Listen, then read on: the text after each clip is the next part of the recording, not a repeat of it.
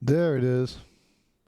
It's amazing what happens whenever you click the thumbs up and agree to the rules, huh? Rules. Yeah, I rules. would have thought you wouldn't be as much for rules. Not as much of Why an would authoritarian. Why would you think that? Oh, I don't know. You don't seem like you seem much more into personal liberties, so rules would seem to be of less importance. I mean, still personal liberties. Of course, you've got to have a standard of conversation and interaction.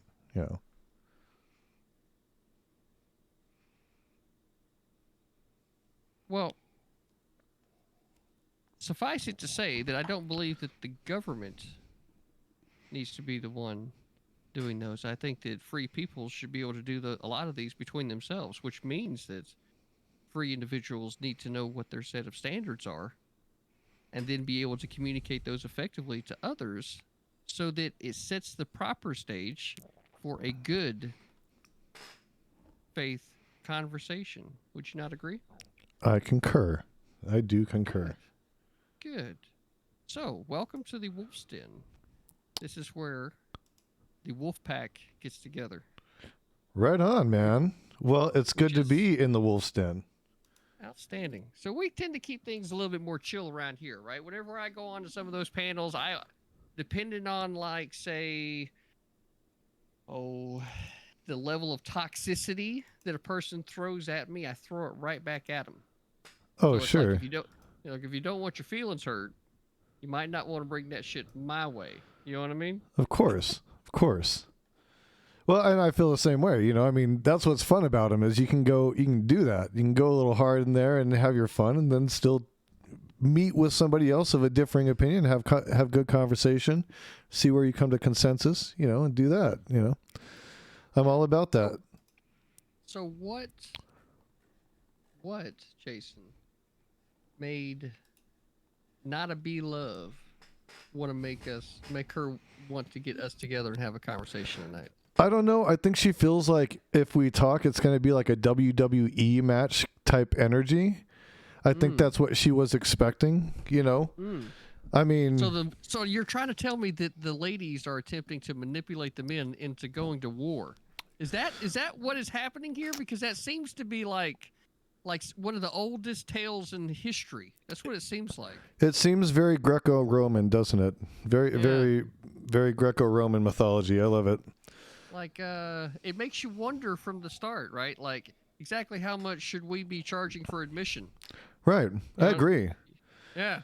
And by the way, if you guys want to follow, I'm still a newbie here. I've only been doing this for like 2.5 weeks. So, feel free to do so. Okay. Based. One of the things that I'll tell you that I had a lot of success early on with is, and if you feel, have you found the website Twitch Tracker? I don't know. I have a mod that actually handles most of this stuff for me. So, I don't know, Mike. Do we use Twitch Tracker? I'm just asking if you're familiar with it. If you're not, that's fine. I'm not personally. Twitch Tracker is just a website, and what it does is it categorizes all of the relevant information to all of the streamers, and you can go on there and see what their statistics are, right? I point this out to people because if you go back on mine, what you'll see is that when I got involved in the community early on, what I did is I didn't really stream. I started having conversations with people, going on the panels, talking, getting to know people. And then when I started streaming, right, because a lot of people were already familiar with me, and like you can go to Hippy Dippy's, like for the last year, you'll find me on them. Oh yeah, I've seen you on there. I've watched you for a while, man. I like, because I being a leftist, I watch Vouch obviously, so I've seen all the debate bros and stuff. I just sat on the outside. It was actually a friend of mine that was like, hey, I think you should do this, and I was like, well, I was a singer in a band, man. That's what I did. I played music, played rock music. It was kind of it was geared towards conspiracy theories, stuff like that. That's the name Jason Society is all kind of based around the Jason scholars who were supposedly the ones that were put to task with answering the alien question, things like that. So that's kind of where the name originated from. That was the band name. The band kind of went defunct, and I had a buddy of mine that was like, well, you know what, like, your views are interesting, why don't you keep doing it? And so after 2 years of him working me, really talking to me into doing this, I was like, fine. I had never hardly been on Twitch, outside of a few big names and stuff like that. And then once he got me into the debate stuff, then it was, yeah, hook, line, and sinker. He got me. Nice. So how would you say that you identify yourself politically? I would say I am left leaning. I'm not as What does that mean to you, though, when you say that? What does it mean to me? It means that I believe that there should be a certain level of social safety net. I think that the best way to describe it is I think that everybody should have the same opportunity. I don't necessarily think that guarantees the same results, but I think everybody should have the same opportunity. Whether it be medical, school, have your basic needs taken care of. And essentially, if we're all on the same playing field to start, however good you do, it's still a meritocracy. Because if you build up from there, you build up, you do something good with your life, you produce. If not, you're still going to be somebody that's just at the base level. It's just you won't be starving and living on the street and being a medical concern, not only to yourself, but to the people around you. So it just seems like a better... When I say left, that's more what I'm referring to. I'm not a Maoist. I'm not a communist. I don't buy into or subscribe to those kinds of authoritarian ideologies. I think that's ludicrous and ridiculous. And I think that anybody that would favor that should probably do some self-reflection and may not know what it's like to have children in the world. That's my take on it. But so I'm not as radical as some, but I'm more radical than others. So then for you personally, right? Like you got the background in music. Obviously, it takes quite a bit of time and patience to learn an instrument. I know myself, I'm a drummer, right? Right. So, yeah, and drums are animal. They're a very difficult beast. I'm a vocalist and I play a little guitar. So, I'm the guy that had the really heavy gear to carry in, my microphone. I gotcha. So then, like the kind of the question that comes to mind, because I try to be philosophically consistent. Like when I tell people that like managing your debt is one of the most important things that you can do to not have like the level of anxiety in your life because you're constantly having to chase down a dollar, right? Being smart about what it is that you buy. Like all of these things, because myself, I've got a 43-foot 5 slide. This is what me and my wife do, right? Mm-hmm. She wanted to be able to chase down her career. It just so happened that the way life lined up, and I kind of give the whole, like other people might just say, oh, it's a coincidence. I just say, God's got a plan for everybody, and if you just kind of keep your eyes open, it'll just be laid out before you, and all you have to really do is just kind of hold on for the ride. You know what I mean? Yeah, sure, absolutely. So then, like while I can definitely agree that having a social safety net in society is a good thing, right? Where I differ on the issue has to do with specifically with the level of government that is doing that. Yeah, well, and that's a point that too I take issue with. I think that any kind of social safety net or welfare system, one of the biggest issues that we have is the red tape to getting access. Okay, so I don't think that there should be, and this goes to the further point. I think it should be available for everybody.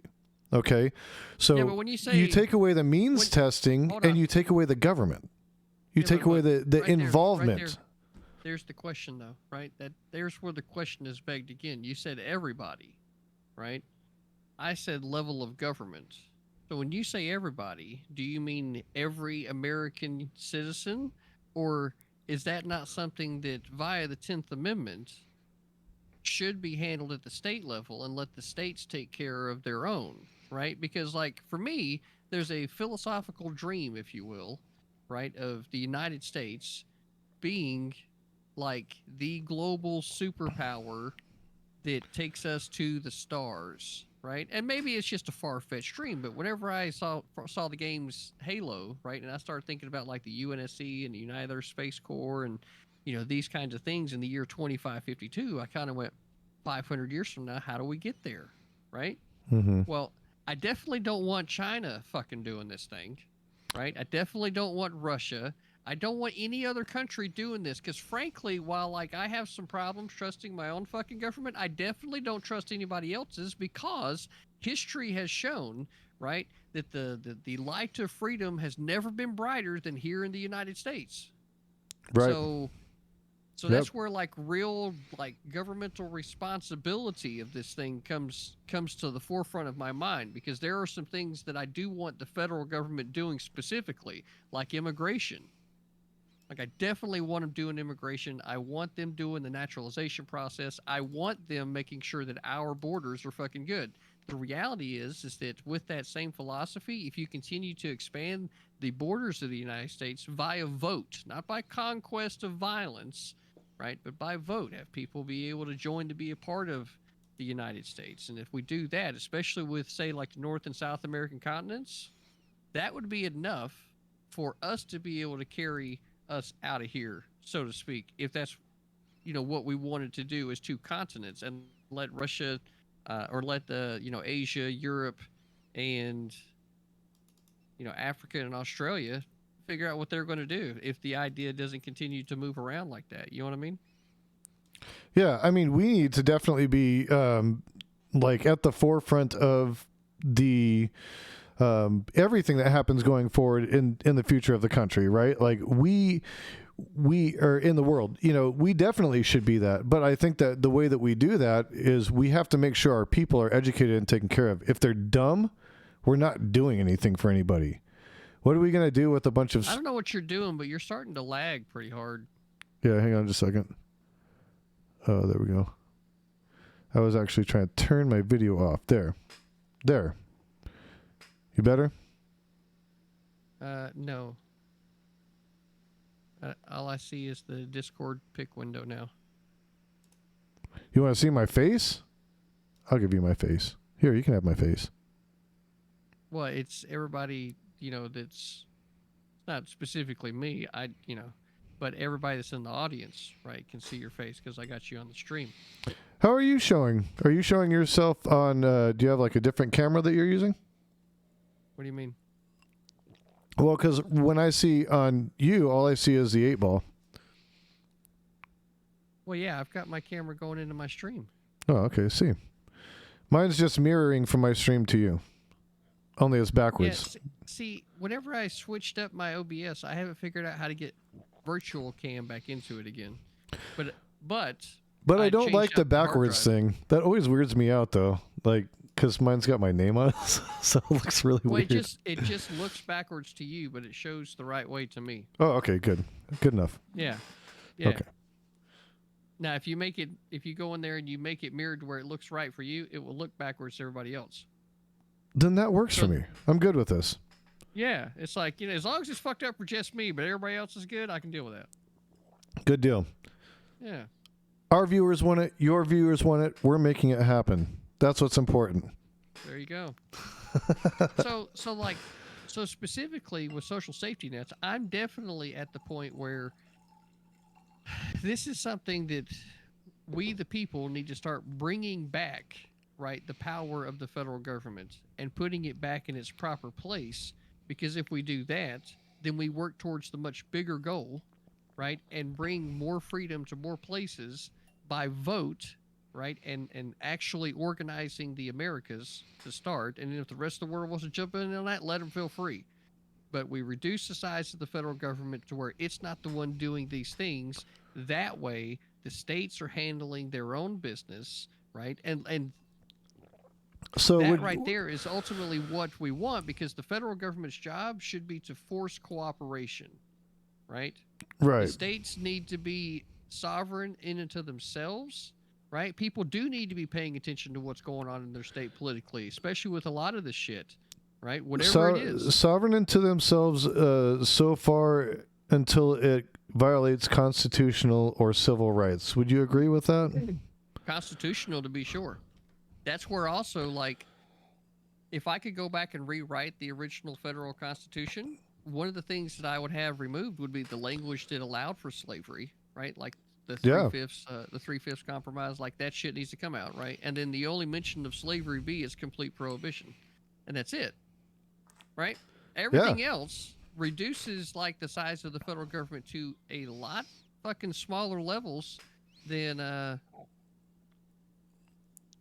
what it is now, which would also reduce the tax burden, right? It would get rid of the need for some things that we're doing now, and it pushes it back to the states and has the states figure out how to do these things. And the reason why that's important is if we're going to continue, right, this idea of, you know, the United States of Americas, right?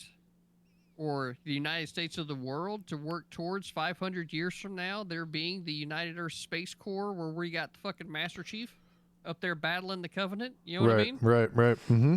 You know, like I want to get there, and I know it's memey, but it's also like big picture thinking, not just thinking about what's happening next week. It's about where's the United States 500 years from now. Yeah, and what kind of standing do we want to have in the world?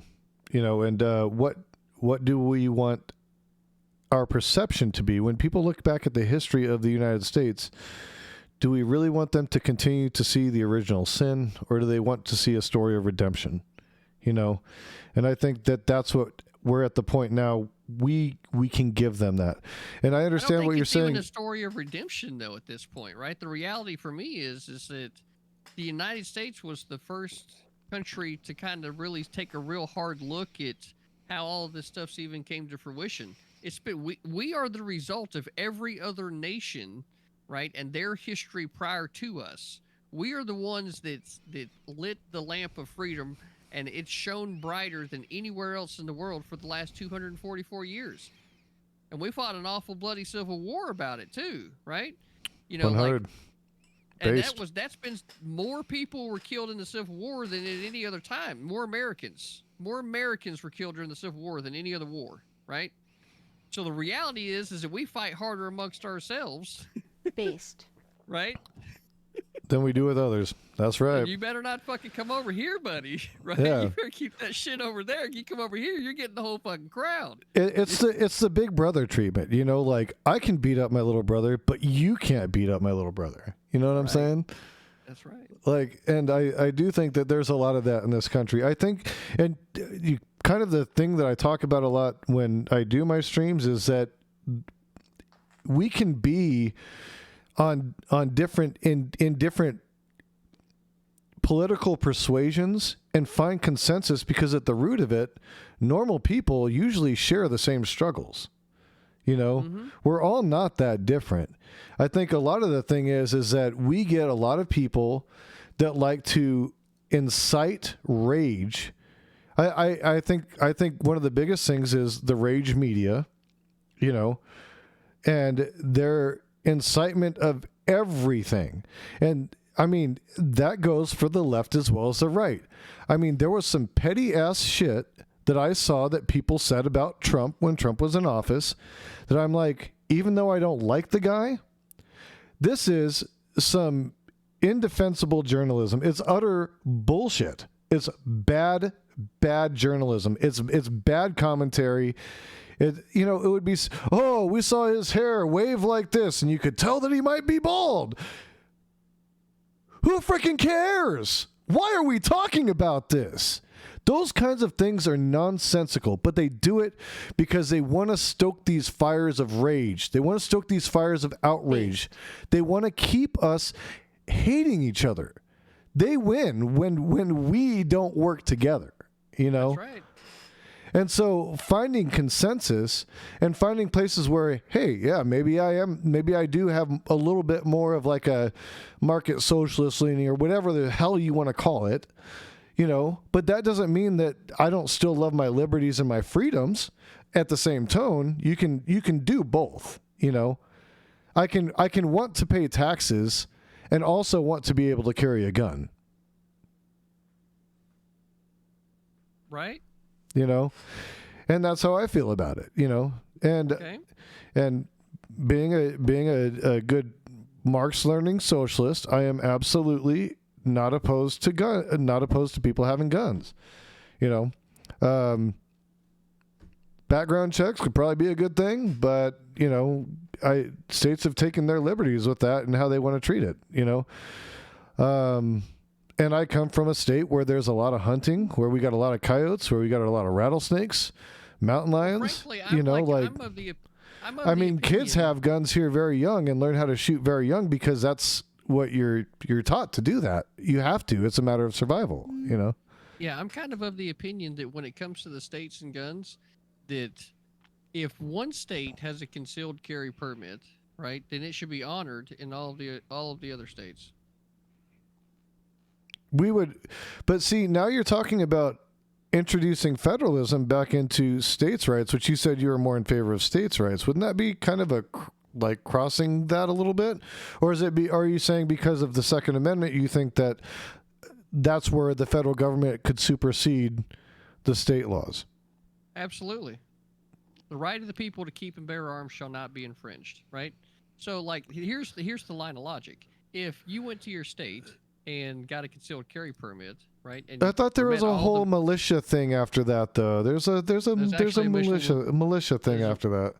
Actually, before that, right? And it's a well-regulated militia being necessary to the security of a free state. The right of the people to keep and bear arms shall not be infringed, right? So, if you went through all the processes in your state, but we have a standing military, which is our militia. That's the problem with that. What are you even talking about now? Because you said, I'm talking again, about quote the part, a well-regulated militia, right? Yeah, but I'm talking about licensing requirements in one state being honored in another state for the allowance of the concealed carry of a weapon for self-defense, right? Because the right of the people to keep and bear arms shall not be infringed, right?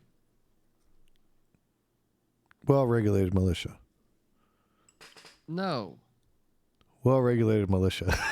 A well-regulated militia being necessary to the security of a free state, right? There's a separation of the idea there with a semicolon. We know how a semicolon works in English, right? It means that it's a pause that's just short of a period, meaning it's not a completion of the thought, but rather it is a continuation of the thought with a more abrupt pause to illustrate that you're trying to delineate something within. There is a pause there, but it's a separation of two ideas along similar lines. I'll give you that. Okay. Semantics. Right. Well, that's and actually that's what a lot of debates in the Constitution are about, right? Semantics, those little things, right? No, continue though.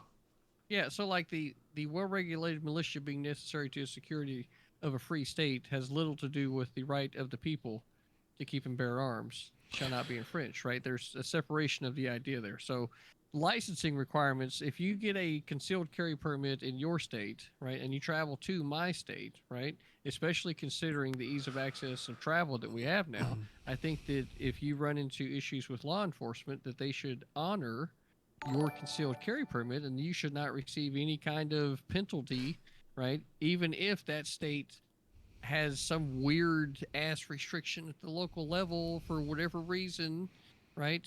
For whatever, like I don't even can't imagine how that would be a thing either, right? But like, if you get your permit in one state, it should be honored in another reciprocity.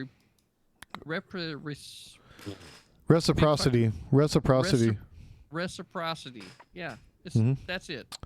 That's what I think.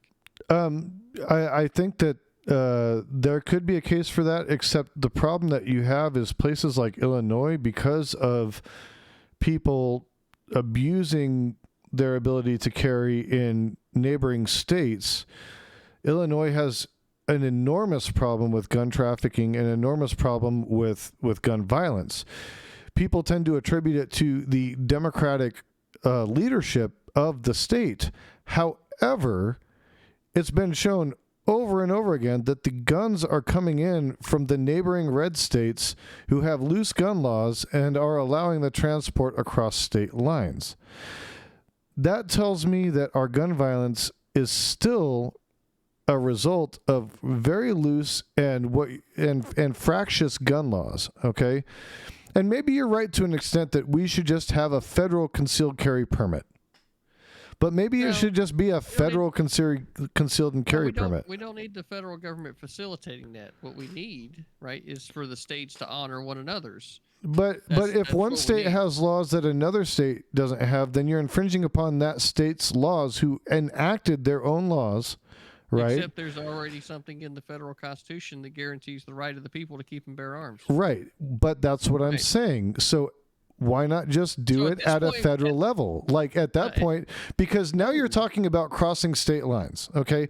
So I'm not necessarily disagreeing with you on the idea of a concealed carry permit. I don't need to go to the federal government in Washington, D.C. whenever I live in the state of Florida, right? Well, the federal government has agencies and buildings and representation all over our country, every third building. How much doubling of the size of the government do we have to do, right? Because the states already had the organization.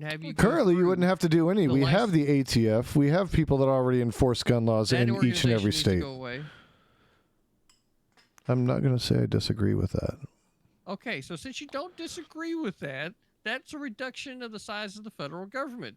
That's why I'm trying to keep this issue at the state level. But you can't. But then you got to understand though, you're infringing upon another state's rights, and if you're a state's rights guy, then you're because the reality is that there was the Second Amendment, and then the 10th Amendment said, right after that point, which is why like reading the Constitution is so fucking important.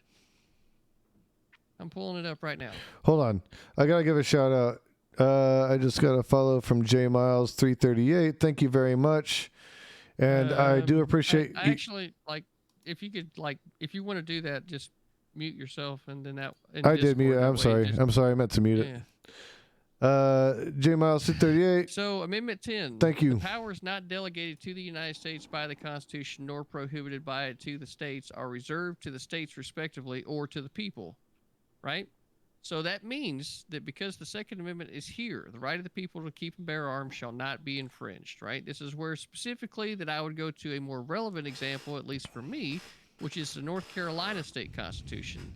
So then I go to section 30 of the North Carolina State Constitution, and it reads, a well-regulated militia being necessary to the security of a free state, the right of the people to keep and bear arms shall not be infringed. And as standing armies in time of peace are dangerous to liberty, they shall not be maintained, and the military shall be kept under strict subordination to and governed by the civil power. Nothing herein shall justify the practice of carrying concealed weapons or prevent the General Assembly from enacting penal statutes against that practice. Okay. So hey, you're making a point from me. So you have to either decide whether you're going to have the right to bear arms as a part of a well-regulated militia, or you're going to have to decide whether you want a standing army. By the rationale of the Constitution, what you just read, there shall be no standing army. We currently have a standing army, do we not? No. We don't have a standing army? We have a massive military-industrial complex that would beg to differ. I'm trying to follow where your mind goes whenever I start reading words. I listen to your words. You say them so smoothly. Why I'm trying to figure out why and soothingly. I like the way you talk.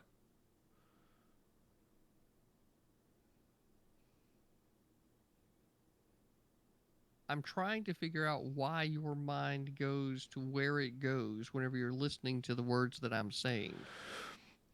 It seems like you're on a completely different, I don't know what kind of, What I'm trying to do is illustrate where are we at with the constitutionality, and if we want to find a solution for this, it's got to be ironclad, right? Because you're going to have people that are going to dispute this, right?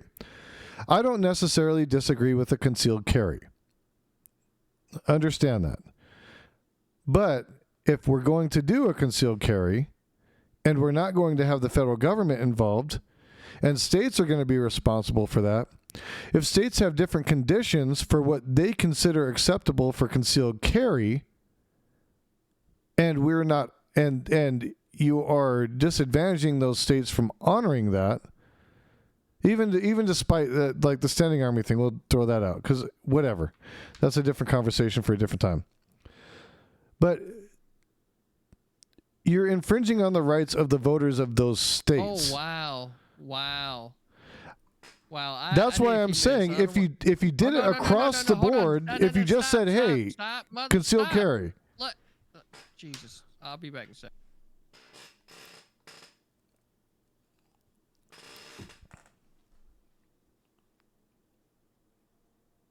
He's losing his shit for a second.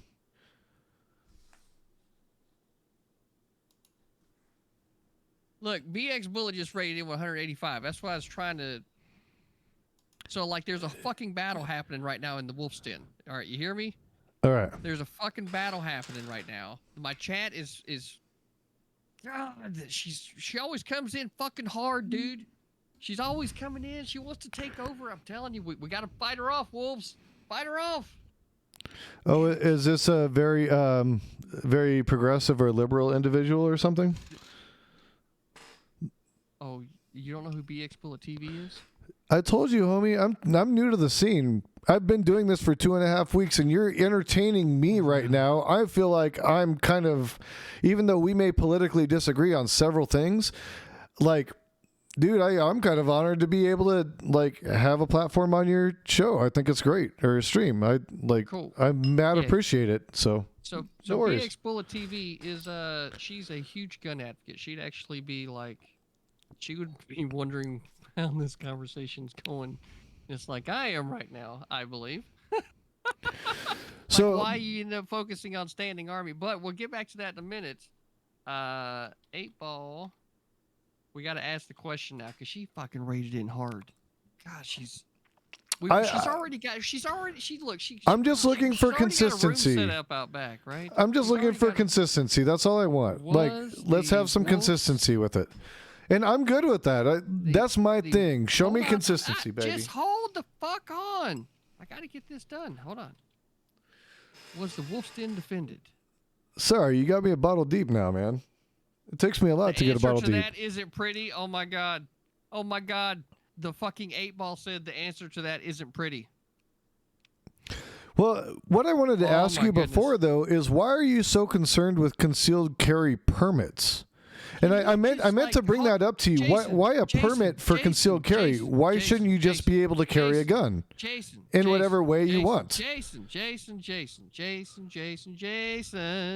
Are you listening right now? There's much bigger things happening right now than this conversation. That's kind of the point. All right? So, we're fucking getting raided, right? This is a battle right now that happens in the Wolf's Den. You hear me? Now, we got to ask the 8 Ball again. Because it said last time that the answer to that isn't pretty. Okay? Let's do it. Ask the question. It says it's not fucking pretty. So we got to turn the music up a little bit. Here we go. All right. Was the Wolf's Den defended? Oh, here we go. That's a tough one. Fuck you, 8 Ball. Damn it. You know what? The 8 Ball is giving the ladies the anticipation in the chat that they so fucking need right now. They want the anticipation. They need it. Apparently, the 8 Ball knows this, and it's building it up for you. All right, here we go. One more fucking time, right? Was the Wolf's Den defended? Let's go. Fucking no. Damn it. Damage done. Damn it. Well, you know what? BX said she was looking for a girlfriend, and so did my wife, so there you go. You're done, man. It's done. There it is. There it is. There you go. Well, guys, he got raided by some feminist gun advocate. That's what the story is. It's a feminist gun advocate, so that's beautiful. Fun. That's beautiful. Anyway, BX, appreciate it, Ray. Now, Why are you focusing in on standing armies? That's the question that I have. I don't understand how we go from the individual licensing process to you focusing in on the well-regulated militia language and standing armies whenever clearly the conversation is referencing the individual, right, having a concealed carry permit. I'm not I think it's just understanding why your mind is got that so fucking correlated together whenever I'm sitting there talking about the individual. for me, it's about making sure that we are questioning the entirety of the passage of the document. It is not necessarily a position of view. It's just a position of let's break it down and understand it and dissect it a little bit. Okay. So, my personal view, as like I said, a good Marxist socialist, you got to be able to have a gun to protect yourself against the robber barons. It's straight up in Marxist philosophy. So, I am okay with owning guns. I am specific. I am specific with everybody having guns, but does the Constitution allow for it, and does state laws allow for it? Jason, okay. Specifically in your logic, right, has the individual being forced into governmental service before they would achieve said right. That's what it sounds like. Now, is that what you want? Are you saying that you need to now serve in the military before you earn this individual right? Or is it something that you have from the start, right? So here's my position, right? And this is something that's been brought up a lot with my circle, but it seems to reason that having, which we have a standing army, would violate the very aspect of the Second Amendment for which we were trying to protect ourselves. Wait, say that one more time. Having a standing army would violate the very reason for which we have the Second Amendment to protect ourselves. If we have a standing army, okay, how would it violate and the government, let's say, hold on, let's say for now they take an oath, right, that they're not going to turn on their citizens, right? But also we know that presidents have a very huge power of persuasion, and they have a very big swing, and they can swing with that bat however they want. A government can swing with that bat. They can change laws, and they can change rules. They can change the way the system works, right?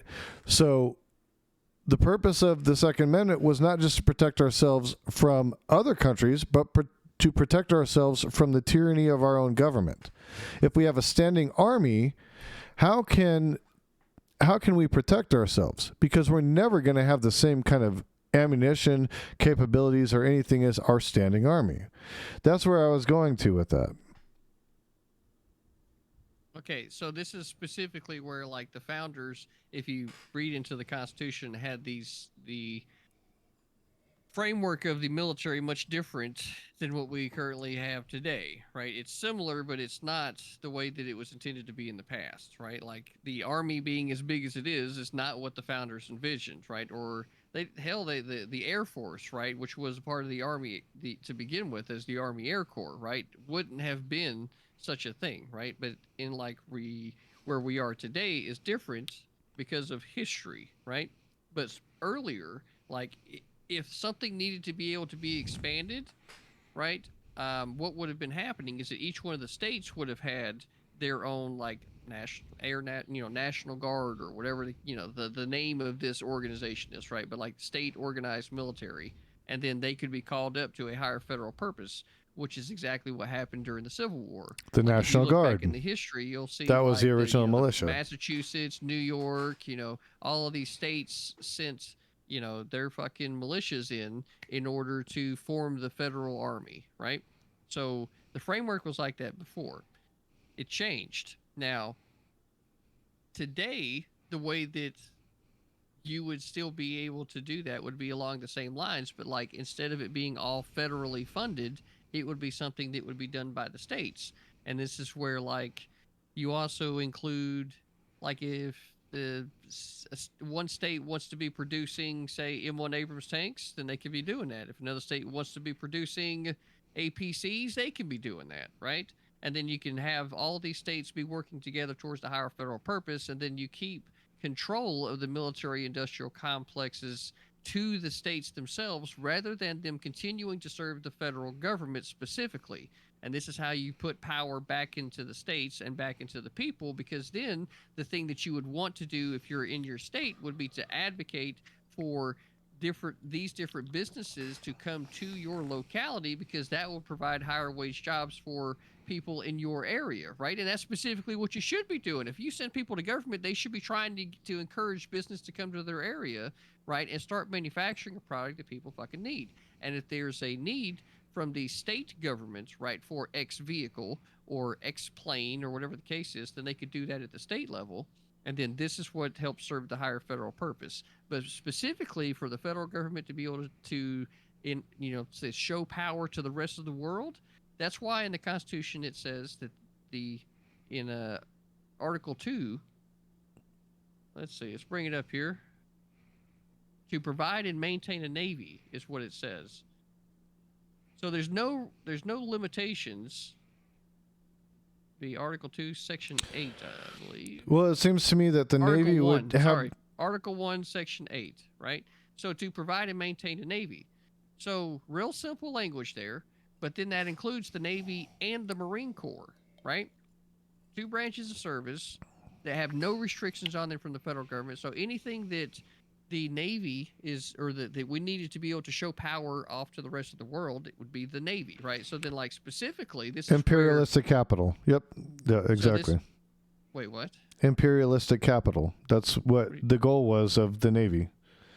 What? We're an imperialistic country, are we not? No. Well, we're pretty imperialistic. No. We put our businesses in our hands and all over the world. If we're imperialistic, then why is it that we're out of Afghanistan?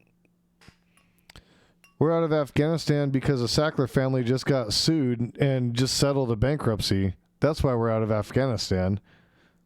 And we're out of Afghanistan because we've repleted as much of the natural mineral resources underneath the ground that we were able to get out before we could get out.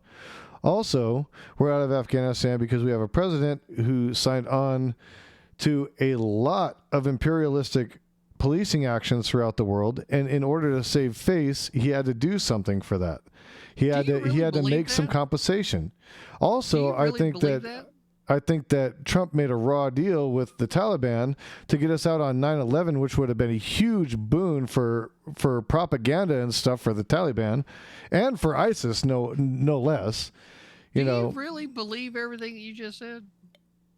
Or are you memeing right now? 100. You believe all of that? I believe that all played a major role in... There's a book called The Economics of War that you read when you go to West Point, and it touches on quite a bit of that. And actually, it's very valid. We go to war for economy's purpose, or it's economics.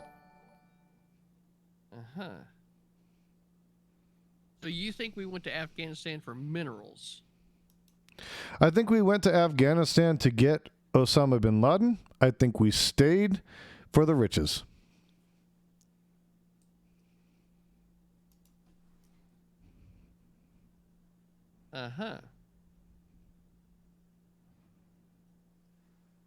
So you just have a critique of previous administrations in the government? I have critique of the current administration in the government. Okay, so, but... You got to remember who was vice president while we were still there, okay? I just don't think that we were in Afghanistan for minerals or any of that shit. You don't think we were there for opium? You don't think our drug companies benefited from the opium that was being processed and produced through those fields? Well, what do you think? The U.S. government was protecting those opium fields. Our military was protecting those opium fields. What do you think that was for? What do you think the purpose was that for? It's called the spoils of war, man. We get something out of our occupation. We don't do it for free. Do you really think that our government is altruistic in their efforts all the time, 100%? Yeah, I think at this point, this is where, like, I'm going to be bringing in a good friend of mine into the conversation. Because we're going to get to the bottom of this. And I served on submarines. I didn't serve in Afghanistan, but I know someone who did. Oh, my brother served on submarines. He was a Master Chief on the Seawolf submarine. Really? Yep. And he was also a Master Chief on the Jimmy Carter. Seawolf and the Jimmy Carter. Yes, sir. Huh. Yeah, Glock, go ahead and jump down here, bro. We're in the Wolfpack chat. His name is Bill Spence. He's not at all like me. He's very, very conservative. He was actually a Gilbert City Councilman. Big things. My dad was a West Point guy. He was pissed off my brother went into the Navy.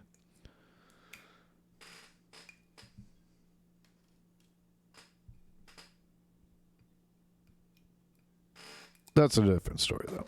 Mm-hmm. Glossaurus Rex, how are you doing, brother? Good, man. How's it going? Going pretty good. Now, it's my I'm getting understanding. ambushed here now, aren't I? All right, go ahead. This is the Wolf's Den, right? Hey, I knew what I was coming into, baby. Call me Daniel. Call it the Lion's Den. All right? Because I'm going to come out a survivor. So Glock, we've got... It's my understanding that the war in Afghanistan started as a result of 9/11, and we ended up there because there was a corrupt government that was facilitating terrorists, and then we chased them into Pakistan.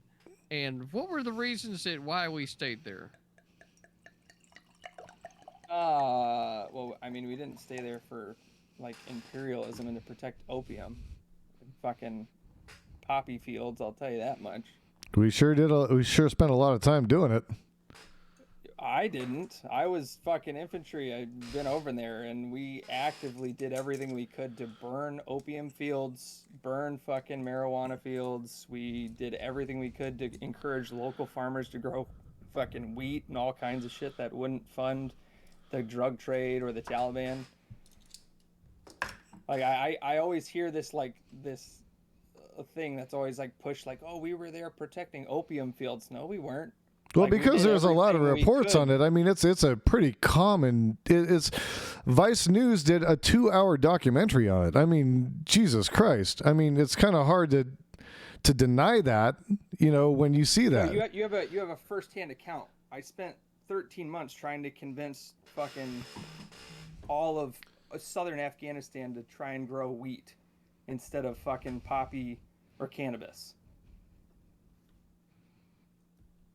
And that was coming down from, like, the top.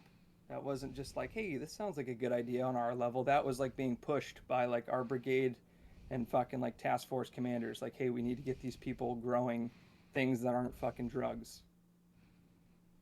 Were you the only American facilitator of stabilization in the country at that time? Was the United States government the only American facilitator of kind of stabilization at that time, or were there contractors as well?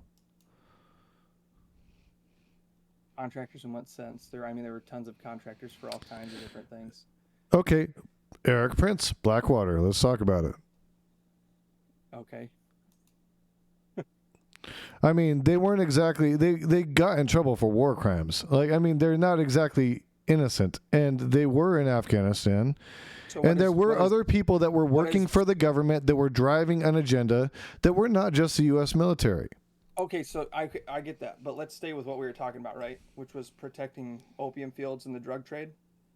I mean, there's like I said, there was tons of different contractors over there from all kinds of different companies, corporations, countries, things like that, doing all sorts of kinds of different shit. I'm simply here to talk about protecting the drug trade. In your experience. Mm-hmm. Yeah. And I understand that. But American occupation doesn't mean that it's American soldiers that are doing all the protecting or all the facilitating.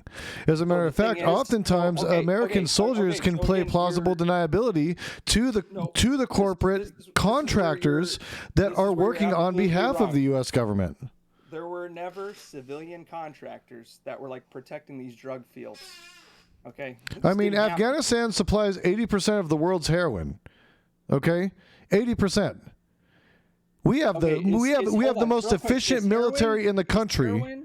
Is heroin a legal drug? We have the most efficient military in the country, or in the world. I'm sorry, in the world. Listen. Stay on that And point. you're going to tell me that Afghanistan was Jason, able to facilitate 80% of the world's heroin? Is heroin illegal in the United States? Yes, it is. Okay, so if heroin's illegal in the United States, right? And the Afghanistan's like this, one of the biggest producers of heroin. And I'm telling you for a fact that we were actively trying to stop that, to prevent that. What point are you getting at here? The point I'm getting at is the anecdotal argument does not demonstrate what the overall result shows. This was a policy that was all across RC South, which is a fourth of the country of Afghanistan. And yet, still, they produced 80% of the world's heroin, despite we are the most efficient military in the world with contractors in the country, and you're telling me that there wasn't any aim for that. Is the United States military a anti-drug enforcement agency? I didn't know the U.S. military fell under the ATF and the DEA. Well, apparently they're not supposed to be the ATF according to critically thinking conservative right here, right? I thought it was critically thinking better in, but... here, let's do this. Here, let's do this. Let's do this. Hold on. Here's the article. Afghanistan's opium business boomed under U.S. occupation. The Taliban banned production of the poppy in 2000. The Taliban banned production of the poppy in 2000. Right, in the Wolf's Den about, like people being themselves. And Hold on.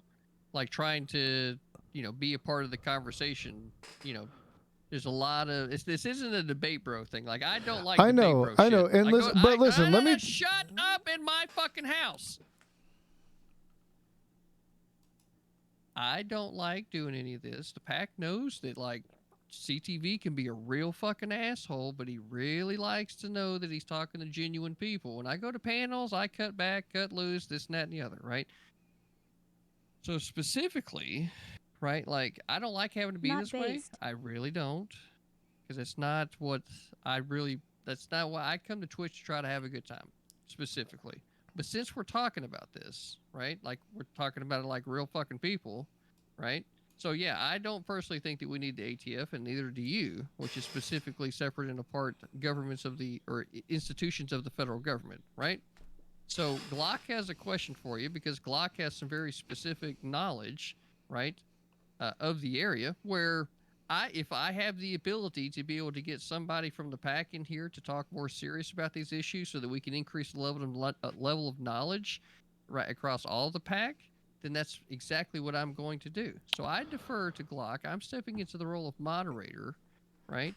And I expect that, I want you to be able to like have a healthy conversation here with Glock instead of it being like, more debate, bro, because that's not what I do here. Okay, so let me give you some information, and believe me, hey, listen, I've heard anecdotal information from people who are military that were doing the right thing. My dad served in the military. He thought he was doing the right thing. Oftentimes, maybe he was. He was at the end part of Germany, after World War II, doing policing actions, and in Korea for a little while. So I get it. There was, I don't think that the military is a bad institution. And please understand, I appreciate your service 100. My family is military. We appreciate the military. We grew up in that. That doesn't mean that our government isn't using our military to do dangerous things. And my point is this just came out. This just came out on August 20th of this year. Okay? This is an article that just came out in Vice. Before the U.S. invaded Afghanistan in 2001, around 82,000 hectaacres of Afghanistan cultivated poppy, the plant that produces opium, which can be turned into heroin and other opiates. United Nations and U.S. estimates put the current poppy crop at around 224,000 hectaacres. The long and short of the story, I'm not going to go into the whole article. The long and short of the story is the opium business boomed during U.S. occupation. It boomed. I'll put the link of the article and you can go into it. But basically... Okay, real quick. I'll look at the article in a minute when you post it. But I'm putting this in a general chat. Are we talking about like legal uses of like opium and opioid narcotics, or are we talking about the heroin trade? Because those are two very separate things. Listen, I'm a nurse. I don't necessarily agree with all the shit that went down with like opioids and all that kind of stuff. I actively talk to people about them every day when I send people home and they're given fucking scripts for fucking Norco and Percocet and all kinds of shit. And here's been my common concern. I just did a piece on this before this. I just listened, right? So like here I think is where like the line of, like, I don't think that Jason I don't think he's making shit up right now, right? I think that there's an article. Let's follow this line of logic, right? Because this is obviously not something Jason knows firsthand. It's something that he's found on the internet. And he believes it to be true. So here we go, right? Assume for a moment that the government before the United States got there controlled every single one of the crops, right? So then when U.S. occupation comes in and you have somebody like Glock right here that went down there and what he said earlier was trying to convince them not to do this thing, right? Rather than someone else that would have been a more totalitarian regime that said, you will do this or else we're going to take your fucking land and blah, blah, blah, fucking blah, right? Mm-hmm. So then imagine you have people in that give them a choice and then they're like, shit, we can grow opium right now? Why the fuck would we not grow opium? So then right there, like, there's the whole shooting the entire idea that the United States is inherently the bad guy in this situation because they gave the people a choice and they chose to do this thing rather than pointing a gun at them and telling them what they would or would not grow. See the difference? I see the difference. As a result, though, Americans suffered. The Sackler family got rich. The opium trade went up. And you could talk about heroin, and yes, that is the more lethal, or not even lethal, we'll say the illegal version, because we both know that pure opium is way more lethal. We know that the pharmaceuticals are way more lethal. I just find it convenient that we chose to leave, or Trump signed on to leave, because it wasn't Biden, although I don't know if he would have left or not. Part of me thinks he would have stayed because he would have been able to fleece money from military-industrial complex, but do you see the people of Afghanistan voting to be a part of the United States? Do you see the United States voting to have Afghanistan be a state of the United States? So if neither one, right, I sure don't. Right, if neither one is likely to happen, then there should be a pull out at some point. Let that fucking country get back to doing whatever it's going to fucking do. I'm a huge fan of the pullout, and I want to make that clear. We can be an imperialist nation from afar. We have technologies, we have influence, we have resources, we have covert ops. We have ways to be an imperialist nation without having our whole army sitting in your backyard. Is that fair to say? We know enough about our military capability. We're the strongest military in the world. Mm-hmm. And what does so what's your point there? Well, my point is the reason that you brought in the panelist was because you said that you didn't think that we were an imperialist nation because we were getting out of Afghanistan. Glock came in because you were talking about something else, and now we've gotten to the root, which is this Vice article, right? And probably some other knowledge along the same lines. NPR put out the Sackler article this morning. Yeah, so like for me, that's where like whenever I hear that information, the truth but that's that I hear not, in but, there is that the people there. But our imperialism goes back way beyond that. Look at South America.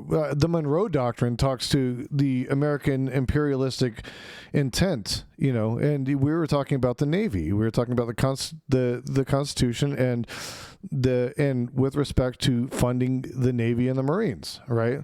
And that was for imperialistic ventures. like Puerto Rico, you know, Guam, Hawaii. These are imperialistic ventures. Mm-hmm. I'm not saying that we are the worst of the worst. Honestly, if you really want to look at the worst of the worst, it's probably the UK. The UK and Britain did more imperialism and, you know, spread out throughout the world in colonies and such like that more than we ever did. But are we an imperialist nation? On some level, yes, we are. And we should own that. No, if we were, then with us having the biggest and baddest military, we would just go conquer the rest of this shit and be done with it. That's not good though, because you need to create public sentiment. If you want to be an imperialist, you're right. You've got to win over. You've got to win over the citizenry. You've got to win over the citizenry. Did you hear what I said? That's still imperialism. Did you hear what I said? No, you didn't. The reason that it's not the United States of the world through conquest of domination of like fucking militaries is specifically because we choose not to do that. It's not what we're about. If we were, don't you think that since we have the best military in the world and the biggest and the fucking baddest and the fucking strongest that we couldn't accomplish this mission? That wouldn't be strategically advantageous. That would not be strategically advantageous. We create sentiment of distrust throughout the world if we were to do something like that. Even the Mongols, they did that and they ended up getting thrown over, you know. Hold on. The reality is if you let the military go to do their jobs, right, either anybody that has a gun pointed at our soldiers is going to get taken out, or the ones that give up get put into prisons, right? That solves a lot of discontent problems. True or not true, right? So that's where, like, so then you want us to become an authoritarian prison state? The military to do the military's job, and you keep the politicians out of it, which is why in our governmental system you need a declaration of war, except it's been obfuscated now by way of the War Powers Act to the executive. So, like, we're not about imperialism. If we were, there'd be a whole lot more stars on the flag. Why don't you ask Honduras that? Is Honduras a state to the United States? Was it taken over by conquest? You know what? We don't need to take over the states. All we have to do is put one of our corporations there, an American company, and that's what we did to Mexico. We straight up got Mexico to throw out their whole ass constitution for indigenous peoples so that U.S. companies could put their businesses there and generate labor where the labor got paid pennies compared to what they were making off their farmlands, and they didn't have a choice. And you know who had a hand in that? The U.S. government. NAFTA. That was NAFTA. And hey, that was under Clinton. Like I said, I'll throw it to both sides. Democrats and Republicans. NAFTA was dog shit. It disadvantaged American workers, and it was imperialistic and put American corporations in southern American countries and ran those people out of both their homes and their farms in order to facilitate cheap labor for American goods. That's imperialistic.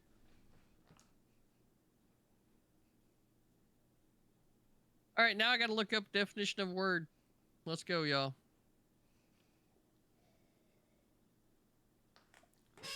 You look up definitions. I got to pee real quick. Give me 2 seconds. Imperialism, the policy, practice, or advocacy of extending the power and dominion of a nation, especially by direct territorial acquisitions or by gaining indirect control over the political or economic life of other areas. Now,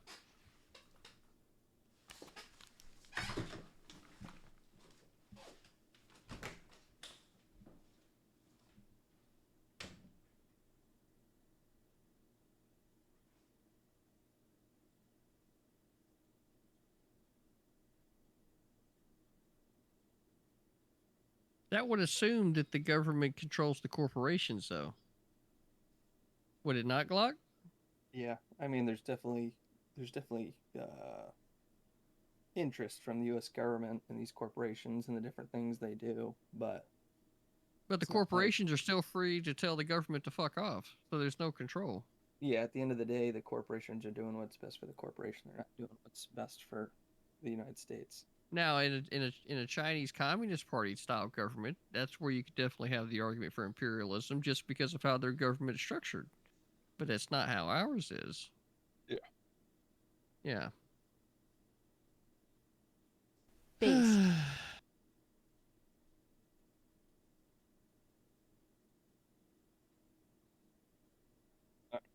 Like this conversation's kind of like jumping topics too quickly. I think it's because, I don't know, it seems like there's a lack of deeper knowledge. I'm not quite sure yet.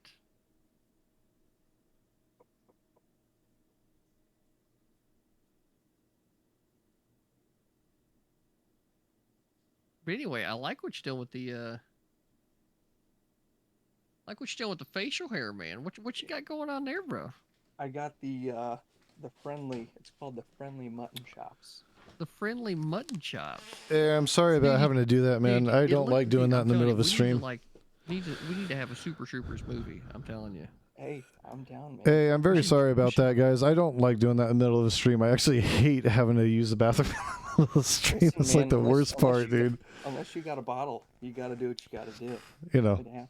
Yeah, that's why. But you the know what? smart I'm one- glad that we're having this conversation that's because why, that's it can be why- heated, Hold and on, I appreciate that's you why- guys. Jesus Christ, are you just looking for every opportunity to talk over me? Because I can just start server muting your ass if I need to, right? Now, that's why the smart ones have wireless headphones. Yes, so they can still hear. That's right. My buddy DJ just told me to tie a knot in it. I don't know how that works.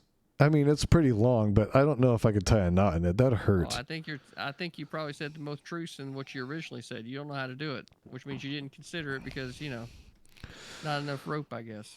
Maybe not. It may be short, but I love every foot of it. Listen, that's why you have clothespins and trapper keepers or whatever those things are called. You know, yeah, Mm. that stuff.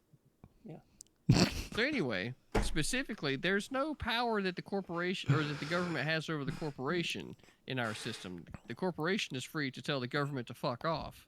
And Right, that's so the there's scary not- part. But we contract them to do the work.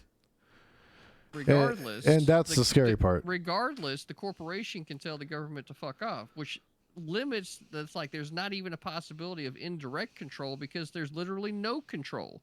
What you could say is right is that there's corruption. How many of our politicians are bought into those corporations? There you go, right? Corruption that does not correlate to imperialism or imperialisticness of the nation, right? You can buy that into corruption, but not imperialism. Okay, I would think say, that'd be more let's say this, then 90% of our politicians are Hold on, imperialists. Glock, what'd you Sorry. say? Sorry, I I apologize. feel like that'd be more of a critique of capitalism than it would be of a government being imperialistic. Yeah. Well, we facilitated it, though, through the treaty. We're facilitating that. The treaty of what? What are you saying? NAFTA. NAFTA is what basically allowed Mexico to undo their constitution, take lands from indigenous peoples, and What do you mean allowed them to do that? Can't Mexico choose to do whatever they want inside their own They- nation? they can choose to do it, but when they sign a treaty, they're agreeing to change their policies for the government, and we all know for a long time that Mexico has been heavily influenced by American might and by American control and through So then I don't understand how your logic lines up to where if, like if you wanna- if you I if just you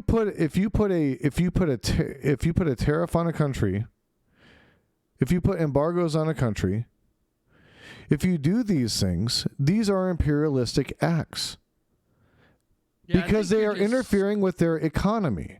Okay, when you sign on to deals that disadvantages the weakest amongst a population, even when the government is in agreement with it, if the government is bought off by your country, then by virtue of that, They're just an extension of your country, and thereby that is imperialistic. Wrong, because again, the government of the United States doesn't have any control over these corporations. That's why I say that you can point to corruption, but not imperialism. But they do have control because they allowed for the contracts to happen. They agreed to the contracts. Mexico went into it willingly, is exactly what you're telling me. So because of that, right? That's where we're at the place where these two entities. Well, hold on. We need to understand a set of facts. Do you think that through the Monroe Doctrine that the U.S. has undeservedly interfered in South American and Middle American politics? I don't know why you're jumping around all over the place. That requires a whole lot more depth and nuance than what, like, you're even trying to get to. Like, how do you, I'm wondering. Because you're like the argument was originally. I was agreeing with you on gun rights, and somehow we ended up here. So, well, you took us here. Let's go on a journey. Let's take a trip. I think I've been on a journey for a while. Hey, come on! You took me on one on Primes last night. Okay, you were way off base. We were going way far from what the subject was, especially with that ANCAP guy. Oh, geez, man. But that's the difference between a 16-person panel and a fucking 3-person room where you're just sitting there talking amongst other individuals, right? You get onto a panel like that, it's literally like not. So my position is that in ways that are both militarily and not necessarily militarily, we do have a degree of empiricism instilled within our government. I mean, hell, we genocided an entire population of natives in order to create the country that we supposedly love. So that in and of itself is imperialism. Like, there's a lot of words that you choose to say that, like. Because I think some people don't love this country as much as others. And I think some people feign love for the country and don't love it. And I don't mean that to be you or Glock. I'm just saying in general, like, we have a problem with that. And I don't feel like people love our country enough. Absolutely not. Yeah, but how do you feel about it? Me? Yeah. Well, I don't know. I come from mixed descent, and I have mixed feelings because of that. Mm-hmm. I'm proud of the accomplishments of our country. I love our country with all my heart, but I think it can be much better than where it is right now. Here's what it is. I love our country, but I aspire for greatness, and I want us to be greater than we are right now. That's how I would put it. And exactly how do you... Go ahead, Glock. That's a critique you can make of any government. I mean, unless of course. And as a citizen, that's what you should want. Hold on. Hey, Jason, damn it. We all sat here and gave you the room for a minute. You got to be calm, bro. Like, Glock's talking. I don't want to force Glock into a situation where he feels like he needs to start screaming. Right? So, yeah, like, I don't want to do that. I'll wake up. You got to fucking chill, man. Glock, go ahead, buddy. Oh, I mean, there's always something a country can be doing better at, right? Because that's just the way reality is. Like, life is shades of gray. It's not black and white. There's always something we could be doing better as a country. But at the end of the day, you also have to look out for the constituents of your country and what's best for them. And unfortunately, with the society and the reality of the world we live in, sometimes that means that in order to make life better for your citizens, you might have to make life not better for other people.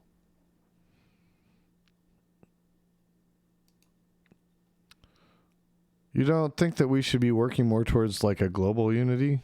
Like, I mean, I mean, like I said, in my heart of hearts, I believe like we should, like, ultimately, right? Like if we lived in a perfect world where there was no human nature and greed and things like that, then yeah, I mean, I would be all for that, like unifying under some, one government nation that just governs the entire world and everybody's provided for in every single way. But it's just not realistic. You're never going to get to a point unless for there has to be some sort of crazy existential threat to the entire world that would bring us all together under one flag or one banner or whatever. But until that day comes, I'm waiting for the human aliens, nature- man. I'm waiting for the Hey, aliens. I'm with you. I can't wait for a world where it's like Star Trek, okay? But Hence until the we get Jason there, Society, you know. yeah.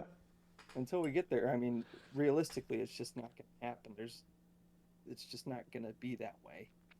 And I agree with you. I think the United States should be doing more to influence other countries for the better. And I think generally, the U.S. tries to do that to the best of their ability, but at the end of the day, there's always going to be people who are doing nefarious things behind the scenes. So, Of course. And I want you to know, like, first and foremost, I think most of our military are, the vast majority are the most well-meaning, good people I've ever met in my life. I've met a lot. I know a lot and I love a lot because a lot are my family and friends. Unfortunately, I couldn't serve. Stupid enough, I messed up my hand early on, and they're like, "Yeah, you can't pull a trigger. You're screwed." So that was my story, but I was going to serve as well. So mad appreciation and respect for both of you guys for serving, because I know that that's it's an honor, but it's also a burden. You know, you get a lot of static from people for that. You know, there are people that are super critical of the military, and, you know, I'm not that way. I think our government has a lot of play in what happens with the military, and I don't necessarily agree with our government's aims. That doesn't mean that I dislike the military or the people in it. You know what I'm saying? As a matter of fact, I have mass respect for them. and I agree. I mean, and that's the thing that I think CTV is always saying is there's nuance to everything, right? Like nothing is ever black and white. There's always critiques you can have for things. There's always things people can be doing better. So I mean, I agree with you in that fact, but I think some of the things you're saying, it's just kind of like, okay, like I agree, but it's not realistic. It's not something that we're going to get to in our lifetime unless something crazy happens. It may not. We take our incremental chunks and hope that we get better and better. You know, we're not going to be perfect, right? And that's my thing is, like, and this is something that I tell people that I work with a lot, that I have people that come to me that just kind of need a hand. They need help. They're friends. And this happens a lot with me. And it's stupid. I got this from a dumbass movie, but it made perfect sense to me, and I started using it. And it's progression, not perfection. You know, we don't have to be perfect. We just have to make progress towards doing the right thing, right? Like, one of the things I talk about a lot that I'm sure that you guys could both agree with me on is taking care of our veterans. Like, my dad wasn't taken care of. He was blinded by mustard gas exercise in the military. He never got the medical payout he was deserved. You know, he never got taken care of. Still became an attorney, still did his thing, you know, succeeded in life. But you know what? The VA that was supposed to take care of him didn't take care of him. So what's another view that you have that, as to why, like, I'm trying to get to know you, right? Sure. What makes you tick? Why do you think,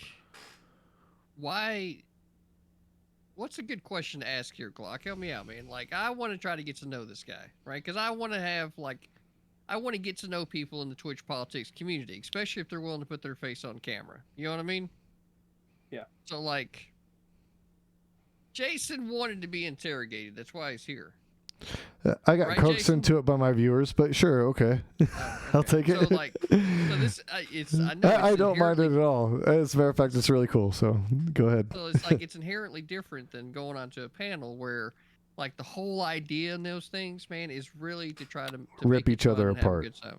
Yeah, I like going on panels because it's fun, but like larger panels, it's pretty much just about like pushing rhetoric that's gonna make more people reinforce the beliefs that they already have. Like, you're really not gonna win anyone over. You're not if winning just hearts and on a minds. panel show. Yeah, like unless you make whoever you're talking to or debate with look like a complete piece of shit. Like it's all about rhetorical wins and hyperbole and all kinds of shit. See, I'm And much more I'm much more interested in finding consensus somewhere. You know, I know sometimes I can seem a little hyperbolic, and there are certain issues where I have some very opinionated views, but moreover, I really want to find consensus. I think that there's a place for us. Yeah, you but know? I don't really look for consistent or consensus, right? That's not what I'm here for. What I'm here for, right, is to test people's philosophical consistency. That's what I'm here for, right? So, like, because of that, if you can't, like,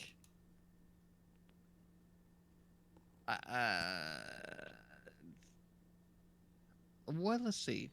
So we talked about guns. We talked a little bit about healthcare, but like I'm specifically referencing differences in like the level of government that these things are taking place. And I try to get into you with the So you're a states guy and I'm a federalism guy. That's where the difference is. I think that the federal government does have to have a hand a little bit more, and you think the federal government has to have a much lesser hand in states, in what happens in the states. I think that's where I think there's a little bit of divide there. You know, I think that's, if you're looking for a divide, that's where there might be one.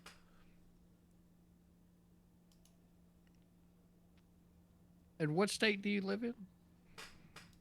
I live in Arizona. I live in one of the most red states. Well, up until this year, up until the last election, one of the most red states in the country. Now, did you feel this way under Trump? The same? Yeah, oh yeah. No. You got to understand. I grew up with Joe Arpaio as our sheriff where I lived, and he's famous everywhere else. But he harassed my brother and put my brother in cuffs and threw him on the ground and did the same freaking knee to the neck thing that happened to George Floyd.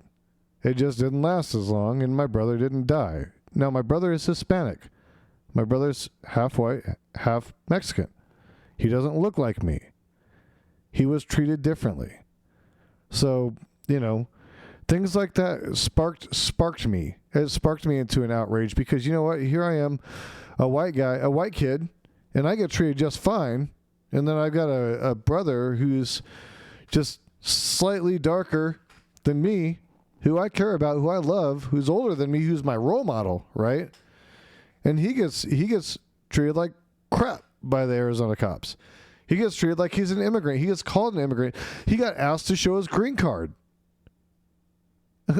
My brother's an American citizen who was born in America. Like, are you kidding me? Like, when and where was he asked to do that? I mean, I don't know. You're telling me a story. I don't have details. So, like, don't get offended the fact that I'm asking. This was in Mesa, Arizona in the early 1990s, probably 93. Okay. So this, you got to understand, like, Arizona's a different climate. You know, there are a lot of, well, you're in North Carolina. I'm sure you've seen different facets of racism and, you know, things like that there. You can't be totally blind to it. I mean, even if it's not affecting you personally, I'm sure you've noticed it in other areas. Okay. Well, I think when it's your brother and it's somebody that's in your household, you hold a different perspective on it because they live in your household. You see the real life effect of it because it's your family, even though the rest of your family is white. Because my dad was white. You know, that right there, that's where like the conversation shouldn't include like, I'm sure you can do this, and then like I'm sure there was racism there. Whenever you then pull back and say, well, it's a very unique perspective, right?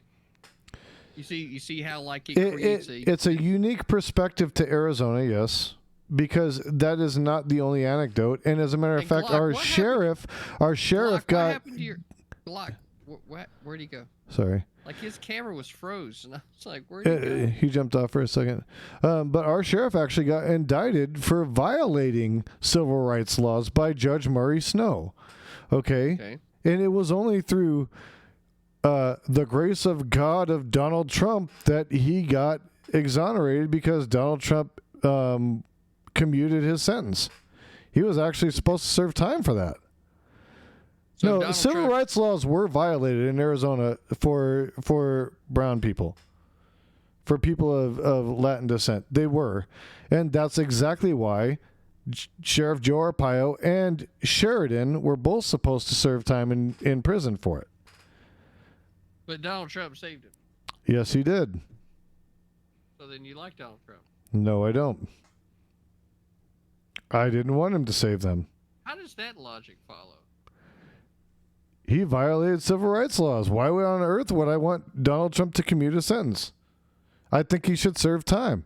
I think he should serve time in the same jails that perpetuated the same racial violence that Wait, I thought your brother was the one that got locked up. Who are we talking about? Joe Arpaio, the president, Arpaio's the the one- sheriff the of sheriff. Maricopa County. He got Okay. locked up. Sheriff Joe Arpaio, my brother, okay, got in trouble and repeatedly with the Maricopa County Sheriff's Department because he drove a Crown Vic that was lowered and he was Mexican. They tried to ask him for his green card. They detained him. They put him in jail. He's this an was- American citizen. He's an American citizen, born And here this in the was- States. Jesus Christ. I'm the one not understanding here, so slow down. Let me ask my questions, okay? Okay. Take me through it. We'll go through it 'Cause your step by chat- step. Your chat is absolutely right. I don't think CTV is following you, right? It's what Mike Lightyear is telling you right now. And it's true. I'm not. So, your Okay. brother was harassed by Sheriff. The Maricopa Joe- County Sheriff's Department, as were many other Latin American Americans. Okay? So much so that there were civil rights lawsuits brought against him, criminal suits brought against him. He was found guilty of that by Judge Murray Snow. And then Okay. Donald Trump commuted his sentence. Not commuted him. He pardoned Joe Arpaio. Okay, do you understand? He violated people's civil rights here. Violated the Miranda laws. He pissed all over the Miranda laws, and there's tons of proof you can find. I mean, seriously, just go through Judge Murray Snow's docket in Arizona, and there's a litany of lawsuits against Joe Arpaio for this exact same thing, all of which Okay, he so found back guilty in- for, all of which he was found culpable for, because he couldn't be found guilty because there were civil lawsuits, right? So all they could do was so take like- money from the county, right? Okay, so your brother wasn't arrested, right? The sheriff is the one that got the sentence, right? Right. Okay. My And then brother was a Trump- victim of the sheriff.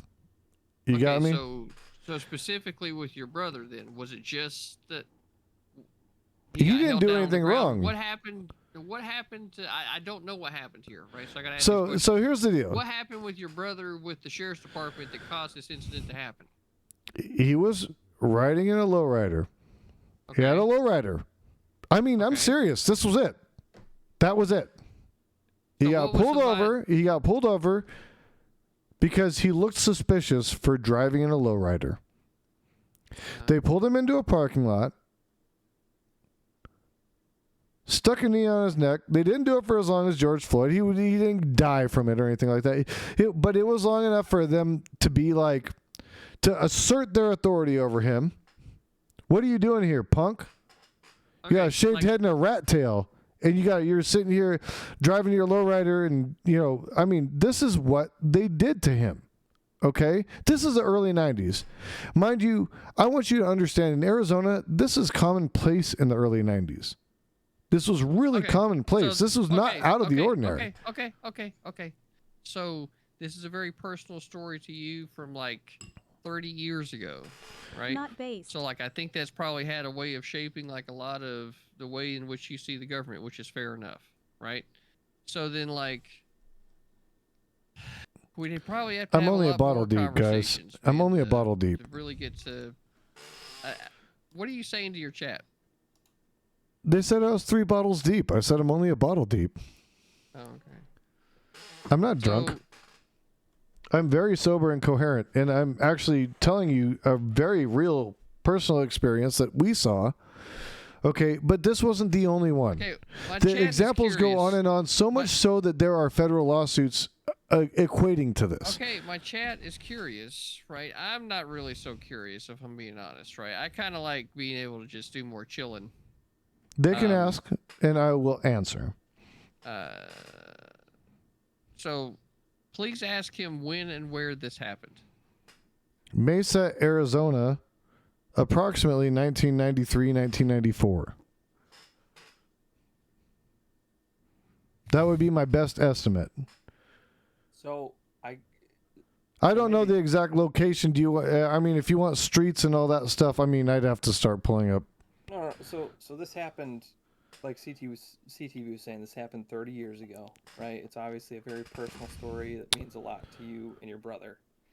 But now to present day, this sheriff is being, or was being held accountable to his actions and the way he did things as sheriff. And is it now still that same exact way? Have things gotten better? Have they gotten worse? Have they stayed the same? The police department of Phoenix is now under investigation by the U.S. Department of Justice for civil rights violations. So no. in present day, things are going the way they should. The systems are holding the people accountable the way they should. These things happened in the past that were obviously civil rights violations, as you say. And now, Arpaio wasn't held to Arpaio wasn't held to account. Okay. He got out of jail. He was convicted. But He never served any time. He never served any time, and when you're pardoned, it's like the conviction never happened. They can't count it if you go to get another job. Okay, so should we remove that right from the president? Is that something that shouldn't be guaranteed by the office that he holds? I think there's too much of a political opportunity for a president to hold that role. I have questions about that. Even with Democratic presidents letting others go. Like I think on both sides it could be a very dangerous thing. I think it's a dangerous tool. I think it's a very dangerous tool. Okay, so Jason, why do I think it should be let go? I don't know. No. You have no idea what I was about to say. You have absolutely no idea what I was about to say. No, I was just retorting to what Glock had said. Yeah, but I was talking. You have no idea what I was going to say. Why? Why? You go anywhere, right? So here's the question. Why did you decide to start streaming and talking politics? I told you somebody asked me to. The only reason I did it is because, because if you heard me in my daily life, I scream at the TV screen all the time. Sounds like you got some anger issues. Well, I have maybe I do have some anger issues. I have some anger issues with how our media treats coverage of our country. I think that our media is completely flawed. I don't think they capture and you guys might like this, but I don't think they capture the right or the left in the right angle. I think they really try to create a system of outrage, and it pisses me off. Hey, and I think we could all agree there. And I think that people wanted to hear me stream or the people that asked me to do this wanted to hear me stream because I'm a single father. I come from a real life experience. I'm not some guy with some fancy college degree. I'm somebody that played some rock music that, was somewhat subversive at one time, and maybe I got something interesting to put into the space. Maybe I can enlighten somebody, or maybe I can just give a question that creates a good conversation. And if I can do that, and if I can create good conversation and civic engagement, whether they're on my side or not, I want people to vote. I want people to be involved in politics. I want people to be engaged.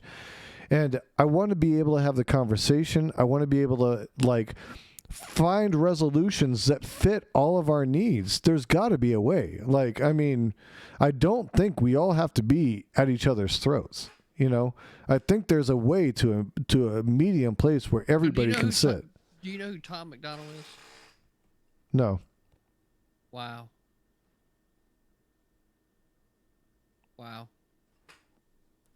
Is that That's like a some rapper homework. or something? It's some homework for you, Jason. Look up Tom McDonald and start listening to some music. Oh, that's that rapper kid. No, I don't like him. Rapper Kid. I don't like him. How old are you, Jason? I'm 41. Yeah, rapper kid. 41. Rapper kid. Rapper Kid. 41. I'm an old man, So- bro. I got gray in my beard. It looks Yeah, pretty sounds though. like- I'm 30 and I got gray in my beard. It's pretty. Sounds like genetics to me, man. I don't know what do you want. What do you want me to do with that? I got a full head of hair though, and I got no gray hairs in my head, so I'm good with that. Oh, I've got the perfect amount right here on the side, right? Oh, silver That's what I'm looking for. The silver Yeah. fox. You gotta get that little strip right there on the side. Actually, a funny story real quick. I had a patient tell me the other day that she didn't want me to be her nurse because Really? she thought I was too cute. And it was Ooh. giving her anxiety. Yeah. You know what that anxiety was? Flutters. She was like, "Look, you walk into the room, honey, and I'm getting this whole entire feeling. You know what I mean? Like I'm laying here like this, and next thing you know, I'm just like, you can stick me wherever you want, sir." See the heart monitors start racing. The heart monitor is going like this. Stick me wherever you want. Wow. You know what? And you know what? You know what the fucked up thing about that is? Is it if a guy said that to a girl?